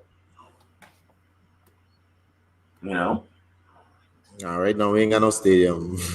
Yeah. We're still in the mission of building it, but only one we have is Canigata, right, Mumba? right? That's Yeah. it. Yeah. Oh Can yeah. get that, Oh okay. Mm. you know. We have But a another guy with question. your expertise, I definitely know you could be a great um, a great asset to us. Cause I was telling my sister the one thing that I think they could do. You know, what I mean, I know they building the stadium in Frederickstead. One thing that they could do that could save a lot of it'll cost a little bit of money, but in the long run it'll help. Where you put in a tough infield, which it'll take care of itself. All they have to worry about going forward is cutting the outfield grass. But you could have so many tournaments if you put in a tough infield, and the wear the wear and tear on the tough infield, you won't have to worry about it. Wow. And That's true. it'll go a long way. Yeah. The field won't get tear up, but it'll help for tournaments. Or you could even like if the small field is not workable, you got a 60-90 field, and you could put different base length for different kids to play. You know what I mean? And you'll get use out of the field if you do tough infield. You'll get different use. You know what I mean? And True. if you want to have a tournament for little kids and you just put a removable fence, for the outfields, if you have a 9 to 12 tournament, perfect. You know what I mean? Yeah. Yeah. Easy to maintain. Puerto Yeah, Rico, I think, got exactly. two turf fields, if I'm not mistaken. Oh, Puerto they Rico. do. Yeah. They got So the Roberto Clemente Stadium. That's turf and Bitorn. exactly, For VI. exactly. You know what I mean? Cause that's what all these high school up here is doing to keep from losing games because of the the rain and all of this. So when you have a tall field, you know what I mean, that you have drainage and we good to play. We good to play. You're not gonna lose many games, you know. Yeah, And yeah. that's what a lot of these high school up here is doing is putting in a tough infield, not the outfield. The outfield is gonna be grass, but the infield is all Hard astroturf. turf. Yeah, Yeah, that's Okay, true. cool. That's a great idea. Yeah, you it know. is. Well, I'm Yeah. hoping the A's that need to hear it will put it into the plans. I don't know. Well, I mean, I told my sister about it because what's the guy name that's in the guy Johnson, Frankie Johnson. Frankie Johnson. 'Cause I talked to Frankie a little bit about you know what I mean about some different stuff, but you know what I mean I never mentioned the tough infield because I know he has stuff to do with baseball home. You know what I mean, so I figure if if that's the one thing that could put that field over the top is try to point a tough infield and see how it works because it'll get used and you won't worry about the field getting overused or tear up. You know what I mean? You just gotta enforce, hey, we're gonna use turf shoes when we on the turf, you know. We have a question here from Rico. Who was your favorite double play partner, and which player came into second base the hardest to break it up? And I had two guys that were actually pretty good. I had a guy from Dominican named Felix Fermin. He was really good. They used to call him the gato, the cat. He was good. I had when I first started here was Scott Fletcher. Scott Fletcher was pretty good. And then I had one more, Mike Bordick out in Oakland Okay, yeah. was real good. And one of the hottest guy that used to come in to second base, man. You had Hal McRae. Um, Ricky used to come in. Ricky used to come in hard too. You know, what I mean, they had some guy. And those, back in those days, it didn't had you had to slide straight to the base like they do now. No, when they say you breaking up double play, that's when you break up double play back in the days, guys. They come in to get you. You know what I mean? Yeah, You that's either true. get out the way or you gonna get hit. Yeah, they And come What, in they, with what his was they that? hits and That guy, Pete Pete Rose. Rose. yeah, That, Pete that, Rose. that Oh, slide home, the All yeah. Star. Oh, in the All-Star game. Yeah. Yeah. You know what I mean? And he actually ended that guy's career doing Mhm. that. That Wow. guy didn't play again after the All-Star game. That was crazy. And man, you had guys that they'll miss the whole bag and come to get you. That's how bad the game was back Yeah. then. You know what I mean? Now it's a little bit easier where you have to slide to the base. You can't hit them anymore, you know. But oh my gosh, man, you had guys if you didn't get out the way, you will end up in left field. Wow. That's so why these guys used to come in. That's There was a amazing. there was a question here earlier, Jerry, and I apologize to the viewer. They had asked how hard was it mentally dealing with a broken wrist when you were slated to make the Major League All Star team in 1993.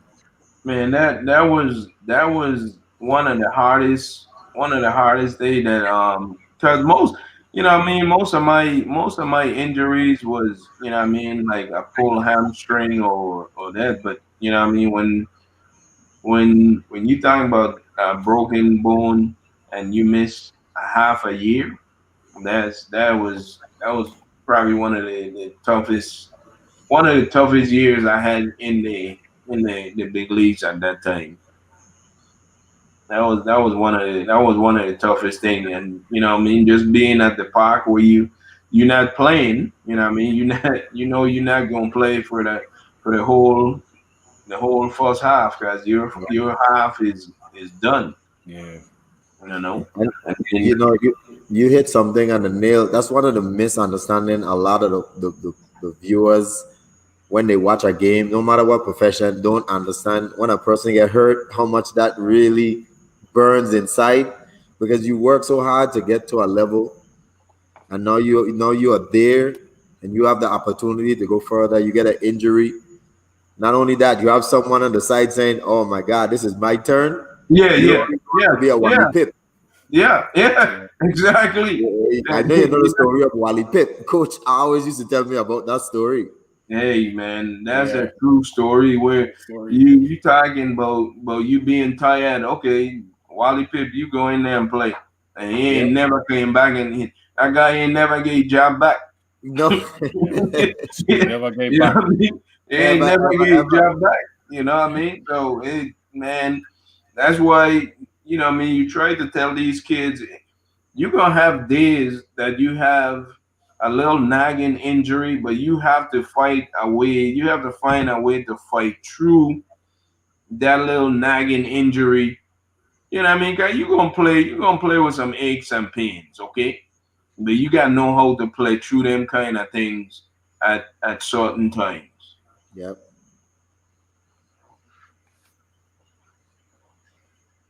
Go ahead, move on. Hold on. I'm trying to looking for this question here. It was a question from. Okay, so we have a question here from Ata Kanai Jr. What do you think could save baseball in the VI? And I want to say you kind of touched on it earlier. Well, you know what I mean.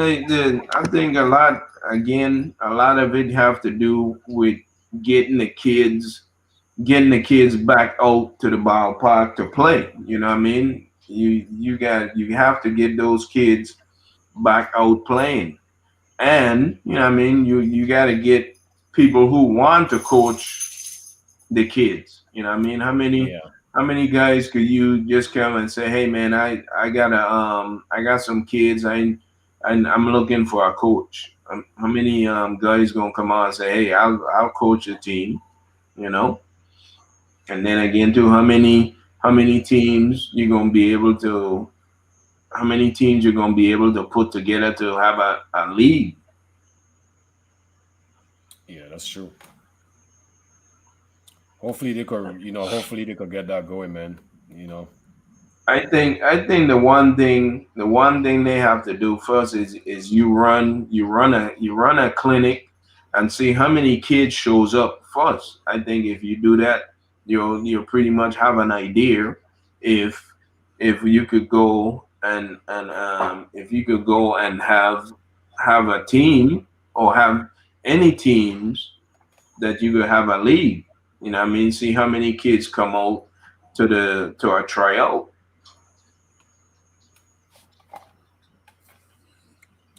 When So you so here's a progressive approach to a question. You still coaching, right? I have a 16 some kids that are juniors right now, select team. Okay, so how are you I'm trying to find the right words how to put this. How are you navigating through this COVID season? Like what are some of the obstacles? What are some of the things you've learned in terms of coaching and how you getting around it? Because I notice a lot of high school sports is still playing in the States, but yet right here in the Virgin Islands, we're still grounded. What are some of the things that you guys implemented? Well, no, you know, one of the things is you know, the biggest thing here is where you have to really have that social distancing. So what we do as far as having practice is we'll do maybe bring out like 3 4 kids at a time where I could, you know what I mean, I could have a third base, a second base, shortstop, and a first base. You know what I mean? We still have our social distance in that part and have those kids get their work in. When they finish, I bring out the infielders or the outfielders, and we take our ground balls and fly balls and stuff like that, and we still got our distance. You know what I mean? So but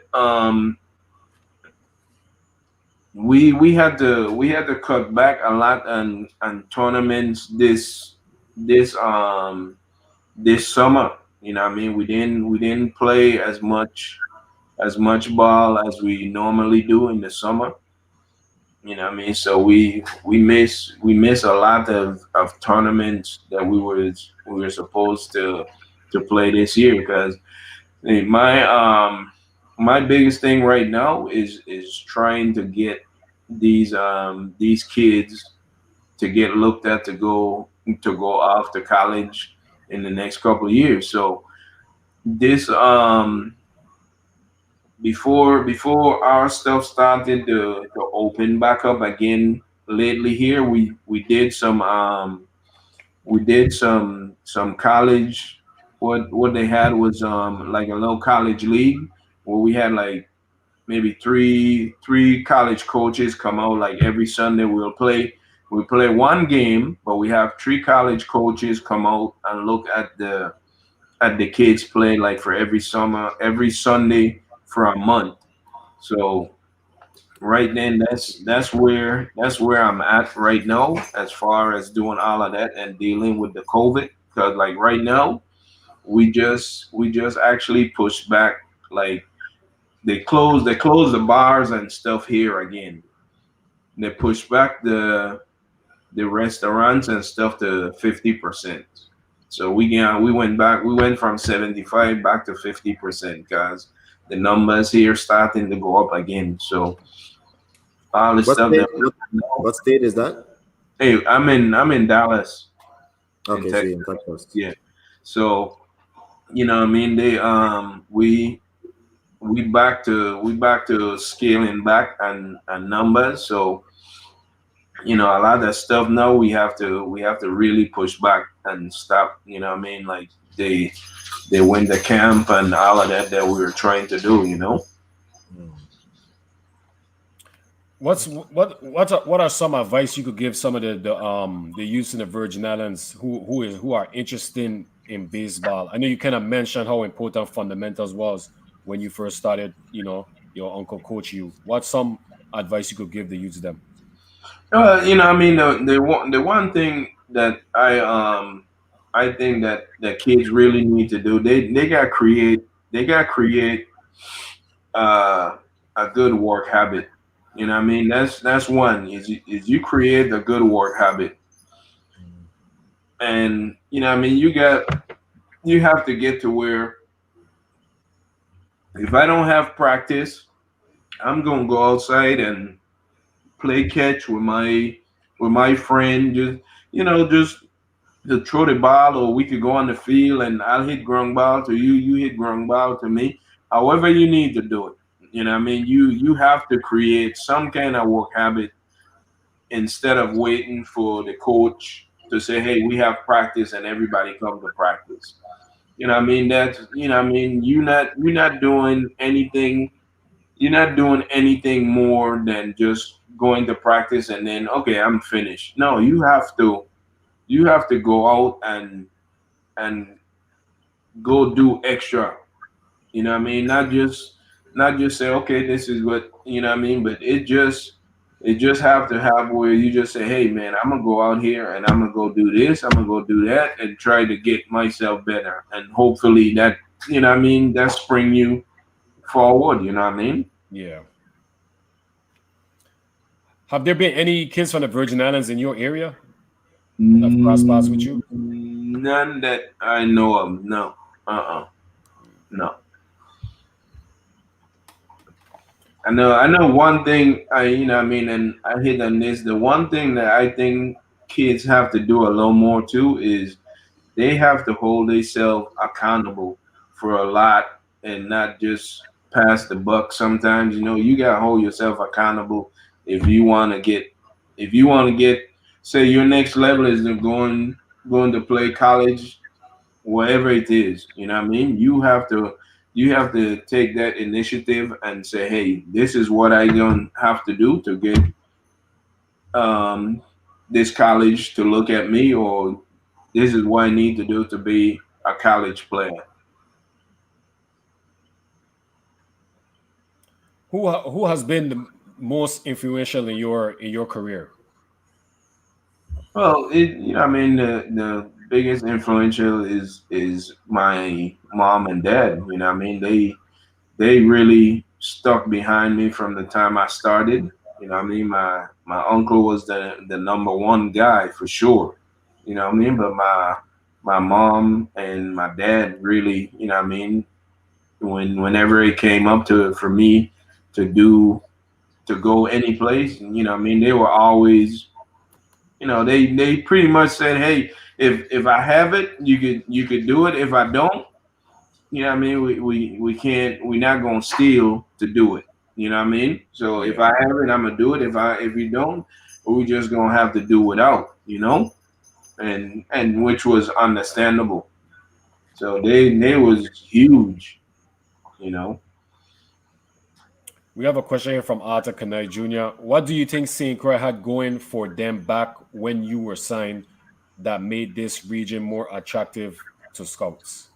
Well, it got to getting those scouts to start to come to the Virgin Islands to see if we had some more athletes that they could come and sign. Cause they really at that point we had Tommy Johnson, Rosetta Garden, Stevie Walker, myself. We had a couple guys going through the minor league at that time, so they started having some more scouts started to come through the Virgin Islands more than usual. You know what I mean? So that at that point that really helped because we they opened the door to go to St. Thomas, St. Croix, and see what we had. You know. You stated earlier that you always wanted to be a baseball player. Which was there a specific major league team that was your favorite, or was it any certain players that you kind of look at? Well, the favorite team that I mean, back in the days that I follow was the Cincinnati Reds, and the one biggest guy that I used to watch all the time was Joe Morgan, Okay.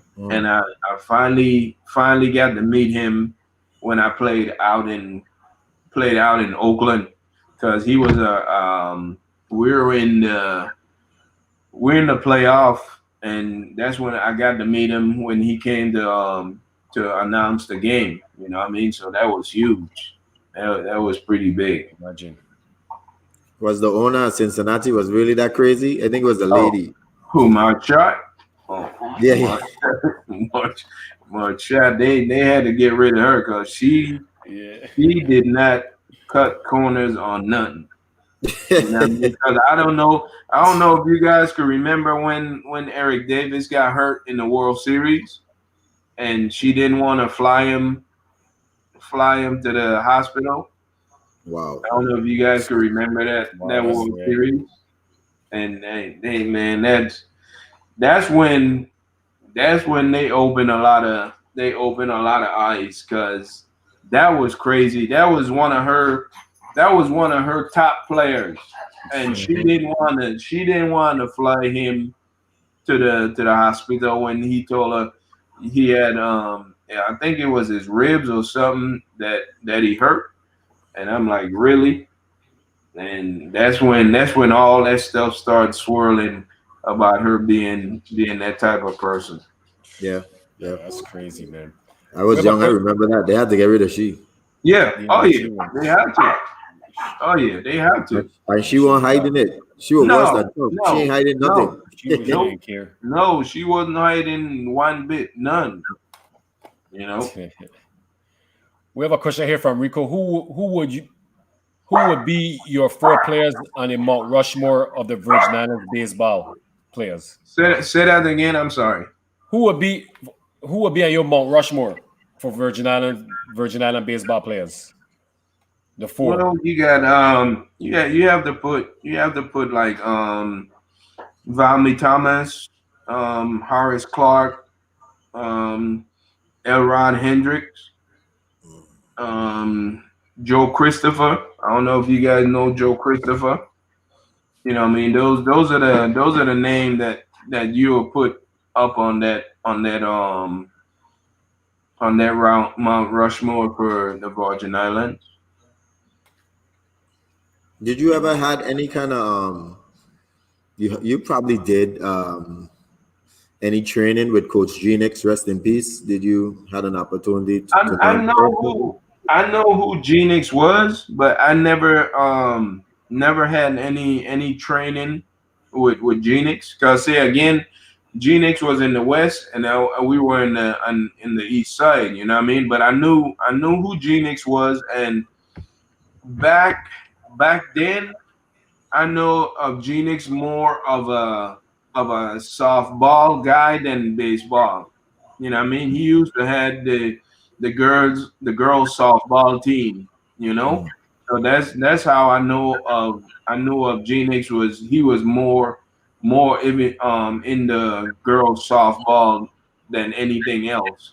You know what I mean? I'm figuring down the line he got into baseball a little bit more, but I think he back then when I was at home, it was more based softball for Genix. We have a question here from Arthur Kanai Jr. What is your best asset as a baseball athlete? And did you know you were going to be signed? No, I didn't. My best athlete as a baseball player is I mean one thing I knew and I could say I had confidence is I knew I could play. I knew my biggest thing was my hitting because I could always hit. You know what I mean? I was good defensively too. You know what I mean? But I know I could always hit. So that was my biggest, you know what I mean, my biggest thing is I had confidence in my game. You know what I mean? It wasn't nothing being cocky, but I just knew I had confidence in my game. And did I know I was gonna get signed? No, I didn't. I can't say yeah I knew I was gonna get signed. I was I would have hoped. You know what I mean? I was hoping. Like they say, keep hope alive. Yeah. I would hope, and you know what I mean. It end up happening. We have a question here from, if I pronounce this viewer name, first name wrong, I apologize, Kari Raima. And hmm the question is, what was your biggest moment playing in the major leagues? When we got in the playoff against the Blue Jays. That was one of my biggest moments getting in the playoff against the Blue Jays. Well, what was which environment was the toughest to play in front of? I know we always hear a lot of stories about Yankee Stadium and the Yankee crowd and Man, Boston, but to you, which one was the toughest? those actually is the two, New York and Boston. Those actually is the two toughest place to go play.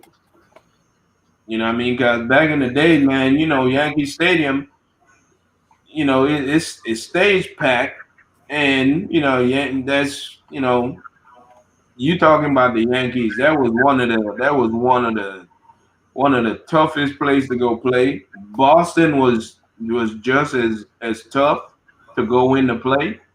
You know what I mean? Is you talking about what I mean? At those times, what I mean, the Yankees and the Boston was like the top dogs in those eras back then. You know what I mean? But when I went over to Oakland and we went into New York to play the Yankees, now you talking about some crazy time because they'll get on Canseco in right field, and it was not easy to go into New York and play. That was not an easy place to play, and Boston was just as bad. And I was hearing I want stories to about touch most. a little bit. One question about the salary. Like now, present day, you see some of these guys making $400 million. That's why am I they playing? I did. I feel you on that one, my son. I feel you. When will baseball get a salary cap? What is going on with I baseball? don't. But see now.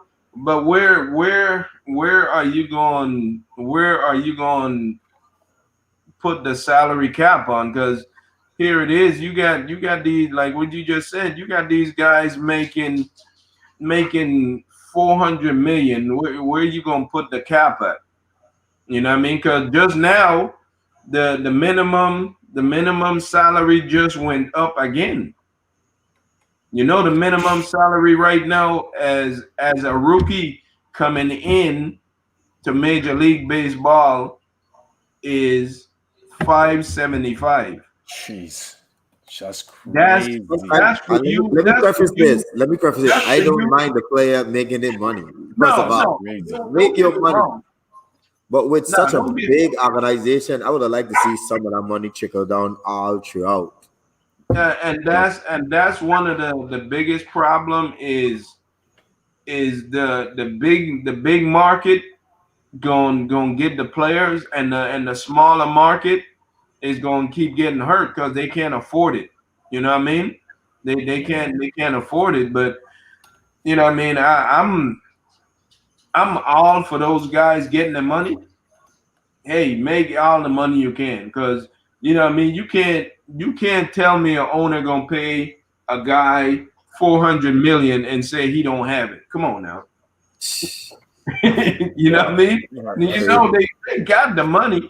I ain't care what nobody said. They got the money because Yeah. they not going to drop no 300 million and say, oh man, we can't. No, come on. You Yeah, Yep. know, that's but true. it's but hey, I don't know. I don't know where you'll put a cap on baseball. You know what I mean? I don't know. I don't I, know. I would just like to see that money get filtered down into like some of the leagues that you guys say you came out of the single A. You know, make those guys somewhat don't feel like you're a slave. And man, you hit it on the head because that's kind of where it is. Because man, when I tell you you don't make any money in the minor leagues, because you know half of those guys when they finish playing a season, they got to go find a part-time job. Yeah. Yeah, that's true. So they ain't make no money. Mm. You know what I mean? And that's the bad part is you playing a professional for a professional team, but yet still when I go home, I still gotta go find a job. That's Yep. You true. know? Yep, that's That true. that's what's so bad. That's what's so bad. Yeah, Yeah, that's what I would like to see the change. Now, if you're gonna make your 400 million, keep making it, but I would like to see that money get sent down a little bit more. You know? I know, I know, yeah, Mm. that's true. Because a I lot of know. a lot of players in the minor leagues they struggle a lot, man. A lot of players struggle because like Oh you don't make anything in the minor leagues. So if you didn't no. sign for like a big signing bonus and stuff, or you didn't come from like a wealthy or a good family, Mm. then Yeah. you're gonna definitely struggle. Oh, it's a struggle. It's a Yeah, struggle. Believe me, it's a struggle. And it's getting even worse now because they getting to the point now where they're getting ready to cut out rookie ball and A ball in baseball, right? yeah, I heard that. So now that's gonna make it even harder. Yeah, Wow. wow. Yeah. Yeah, man, that's gonna be tough. Oh, that's gonna be real tough. Yeah. Even this season was tough because they didn't have a minor league season. So, Exactly. a lot of Exactly. players going into the season that had a chance to probably maybe get called up or it was their year to get put on the 40-man roster, be Hmm. protected, etc. So I felt sorry for a lot of those athletes, man. Oh, That was and tough. but then you feel bad for those guys that was about to get drafted too, though, because Yeah, now yeah, they that's true. they miss out on that draft, and now you have say you're a free agent minor league player. The most money you're gonna get now is 20,000. Wow. Wow, That's it. 20,000. No more, no. You know what I mean? It'd be less, but the most you're gonna get is 20,000. man, Yeah, that's that's tough. why I keep telling these guys. I said, man, You guys don't get it twisted. Minor league baseball is not easy. No, it's not. It is not. Yeah. You know, and you have guys. You know, what I mean, like I say all the time, I got lucky because I only spent 4 years in the minor leagues. Man, you got guys in the minor leagues that be down in the minor league for 10 years. Yeah. 10 years in the More minor league. too, man. That's See, true. that's why, you know, um, folks always ask me like, well, why you think African American kids don't want to play baseball anymore? One, you don't make no money in the minor league. Two, you're traveling by buses. You're traveling by buses everywhere you go, you know, Yeah. and Unless you in AAA. unless you're in AAA, you're flying, but Yeah. you flying commercial flight, which is, That's businessman flight. You getting up at 4 in the morning to catch a 6 o'clock flight. that's You know true. what I mean? That's But rough. but again, now say you in the NBA, you going in the NBA, you get drafted number one in the NBA, you get on the team, you sitting on the bench, but you on national TV, but Yeah. you on the bench, and I could sign for $1 million, but I still got to go through the minor league. You know Yeah. what I mean? That's true. Or You're right you about just that. got drafted and you going to the Lakers or whoever it is, you on the team. Okay, you might not be starting, but you on national TV sitting down watching the game. But I'm riding these bus rides for 12, 13 hours. So these African American kids is like, man, one, I gotta try to help my family. So if I go to baseball, it's gonna take me 4 or 5 years before I get to the big leagues. If I go play basketball and I'm pretty good and I get drafted, I make the team. I'm on national TV. You know what I mean? So it's like, man, I'm Well, gonna go play basketball. I ain't messing around with baseball no more. our That's true. football, That's true. because Same thing. Yeah, you're right, the T. Ain't football paying. got better opportunity as well. Yeah. Yeah, Yep. so these guys, these guys know it. They know if you sign, unless you sign in a big contract with baseball, man, I'm not gonna play no baseball. Not right now. You know what I mean. And granted, this baseball is where all the money's at. You know what I mean. You getting paid, and compare to football. Football is you get your signing bonus, but you know what I mean, your contract is not guaranteed. Guaranteed. Yeah. Major League Baseball contract is guaranteed. Guaranteed. Yeah. You know what I mean? So that's that's how I look at it, and I try to explain to folks why you seeing a lot of African American kids say they gonna go play basketball or football because you get drafted, bam, you right in the mix. You get Yep. drafted in baseball, you gotta go unless you just that guy that comes out of college and goes straight into the big leagues, and only a handful of guys did that. Yeah, that's You true. know? That's true. Yeah. So, It's two different worlds. oh I mean, yeah. even if you Oh. don't even go to the NBA, like myself who took the overseas route, Hmm. man, you still get paid pretty handsomely. And like I was Yeah. saying, I was complaining not getting a first class ticket compared to a business class. I mean, Right, right. business class is still nice compared to I a bus. know. Yeah, compared to riding on a bus. Yeah. So, Uh, man, I learned a lot from baseball. I mean, that grind is Oh, mentally tough. it's yeah. a grind, and It's a and grind. that's the one part you got to do, man. Is you got to be mentally tough to do this. Because if you're not mentally tough, it'll wear on you. Because man, you'll have days where, man, I could go 0 for 20, and now you thinking, man, I'm gonna go up here and I'm gonna get 20 hits in this one at bat.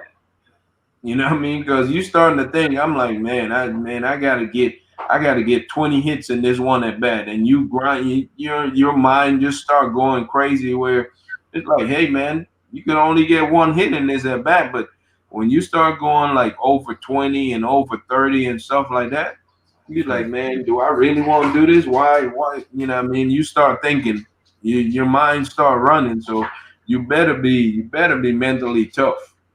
Cause Yeah, this ain't, you know what I mean? And that's all sports really. Cause man, it's a grind. It's a grind. yeah, it's a grind.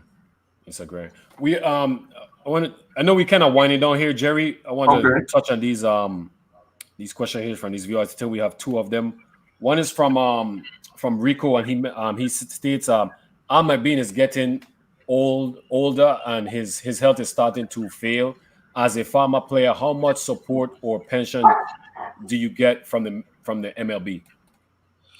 Well, I still get a lot of support from the MLB because you have the Major League Alumni Association, so they get a lot. They send out flyers and they have a lot of different event, golf tournaments, Oh, nice. just the clinics where you could run into to former players. So you still have a lot of contacts with like guys that you played against and played with, so you still get a lot of a pretty good support from the MLB. That's good. That's good. We have a question here from Kareem. Ask Jerry Browne, was he a better athlete than his brother Cordell? My oldest brother was more basketball than anything else. You know, what I mean, he played basketball. I was baseball, and my brother was pretty. He was pretty good basketball player too. He was real good. But I'm gonna say I was the better athlete. Now, but he was good, man. He was good basketball player. He was good. Yeah, man. So Jerry, we pretty much we come into our wrap, man. Real quick, we usually ask the viewer, the top five. Tia, you want to do that, Anna, real quick? Oh Say, yeah, for say that sure. again. Yeah, give me your top five all-time favorite Virgin Islander baseball player and your all-time top five for the major leagues. Uh, for the Virgin Island, I mean, I have to go back again to Harris Clark and Elmer Plaskett and the top five major league. Oh my gosh, man! I'm looking at like Dave Stewart, Ricky Henderson. Um, Could I man, stop you 1 second? yeah. I forgot to ask the second part. Can you give like why you choose them? Well, Just a small statement, like why you I choose mean, my them. my biggest thing with that, I mean, like I said, if it wasn't for Horace Clark and Elmer Plaskett, I would not get this chance to do what I did. You know what I mean? They were huge for me. You know what I mean? Along with my uncle, they were huge. And just going as far as going with the top five major league guys that I know was Ricky, because one thing Ricky taught me a lot about how to go about a day in and day out on a team like with Oakland A's, and Dave Stewart was huge in that part too. You know what I mean? He'd been through getting released and coming back and being one of the better pitchers Yeah. back in the days. And who else I had there?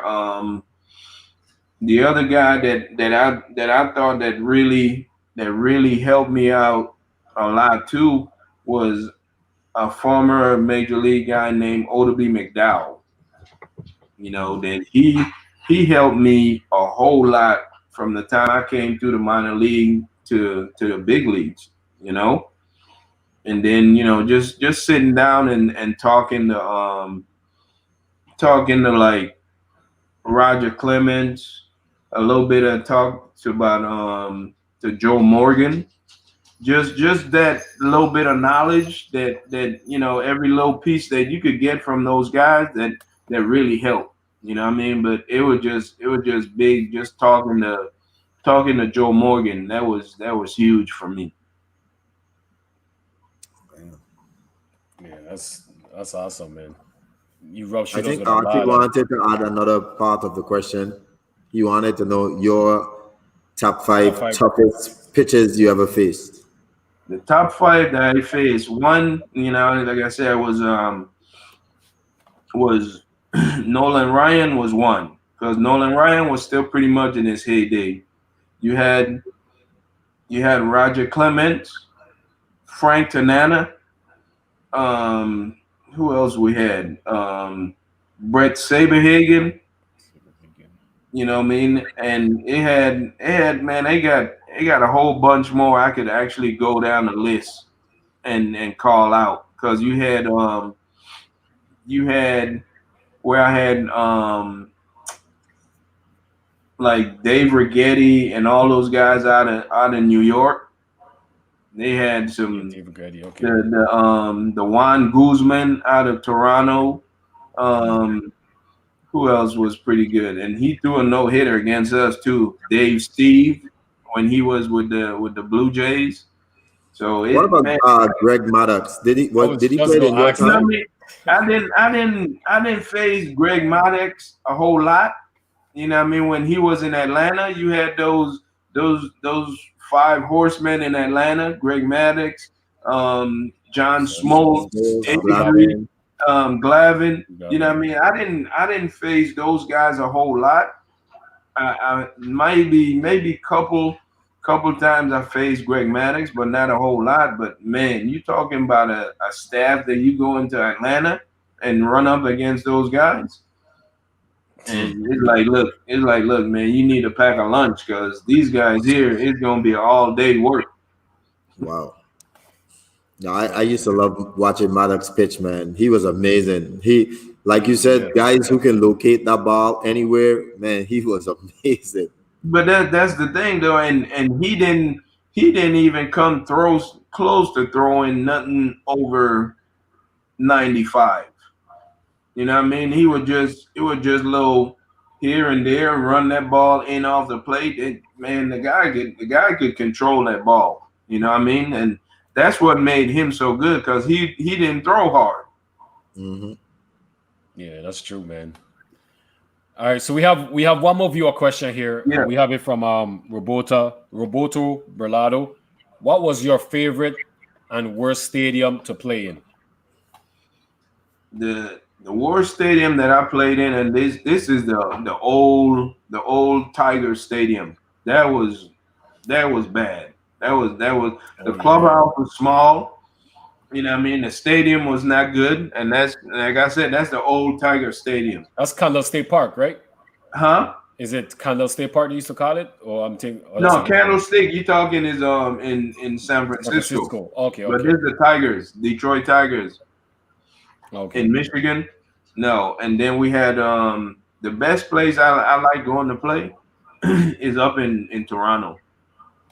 Hmm. Toronto was nice. It was a good, what I mean, the stadium, what I mean, the energy that was in that stadium, that place, Toronto was nice to go play. Yeah, I was hear a lot of good things about Toronto. Yeah, Toronto was real good to go play. So, Jerry, before we leave, do you want to give any shout outs to anybody, any family members, anyone, Well, any I friends? like to give show to my mom that she just got out of the hospital. Hope she's doing well. Okay. My sister that's actually taking care of her and doing a real good job with my mom. You know what I mean? Because I know it's a day in day out grind, and you know what I mean. And all my kids, you know what I mean. I have three girls and a boy. Melody, Amara, Jaron, and Austin. We got 4 kids, and you know what I mean. Just want to say hi and hope they're all doing well, and my nephews and everybody else, my brothers. So those are folks that actually been behind me going forward. Nice, man. Yeah, man. Hopefully everything goes well with your mom. Yeah, Yeah, man.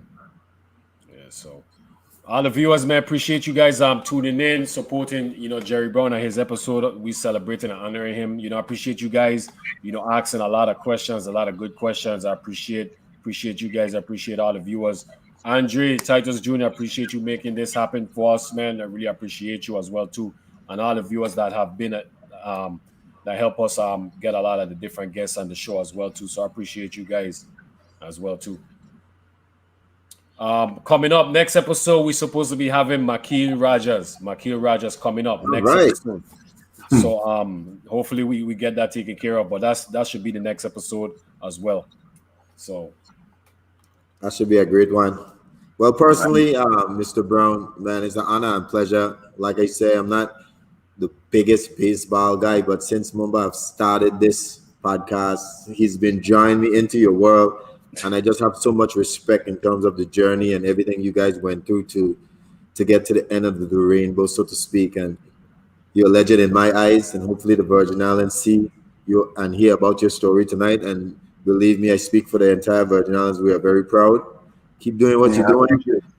I appreciate that, man. Glad you guys have me on, man. I appreciate that. Yeah, man. Thank you very much, man. All right. Yeah, man. So Tegan, you could take us out, Tegan. You're the man. Well, pretty much, I'm back. I'm back from Dominican Republic, and I'm out. That's it.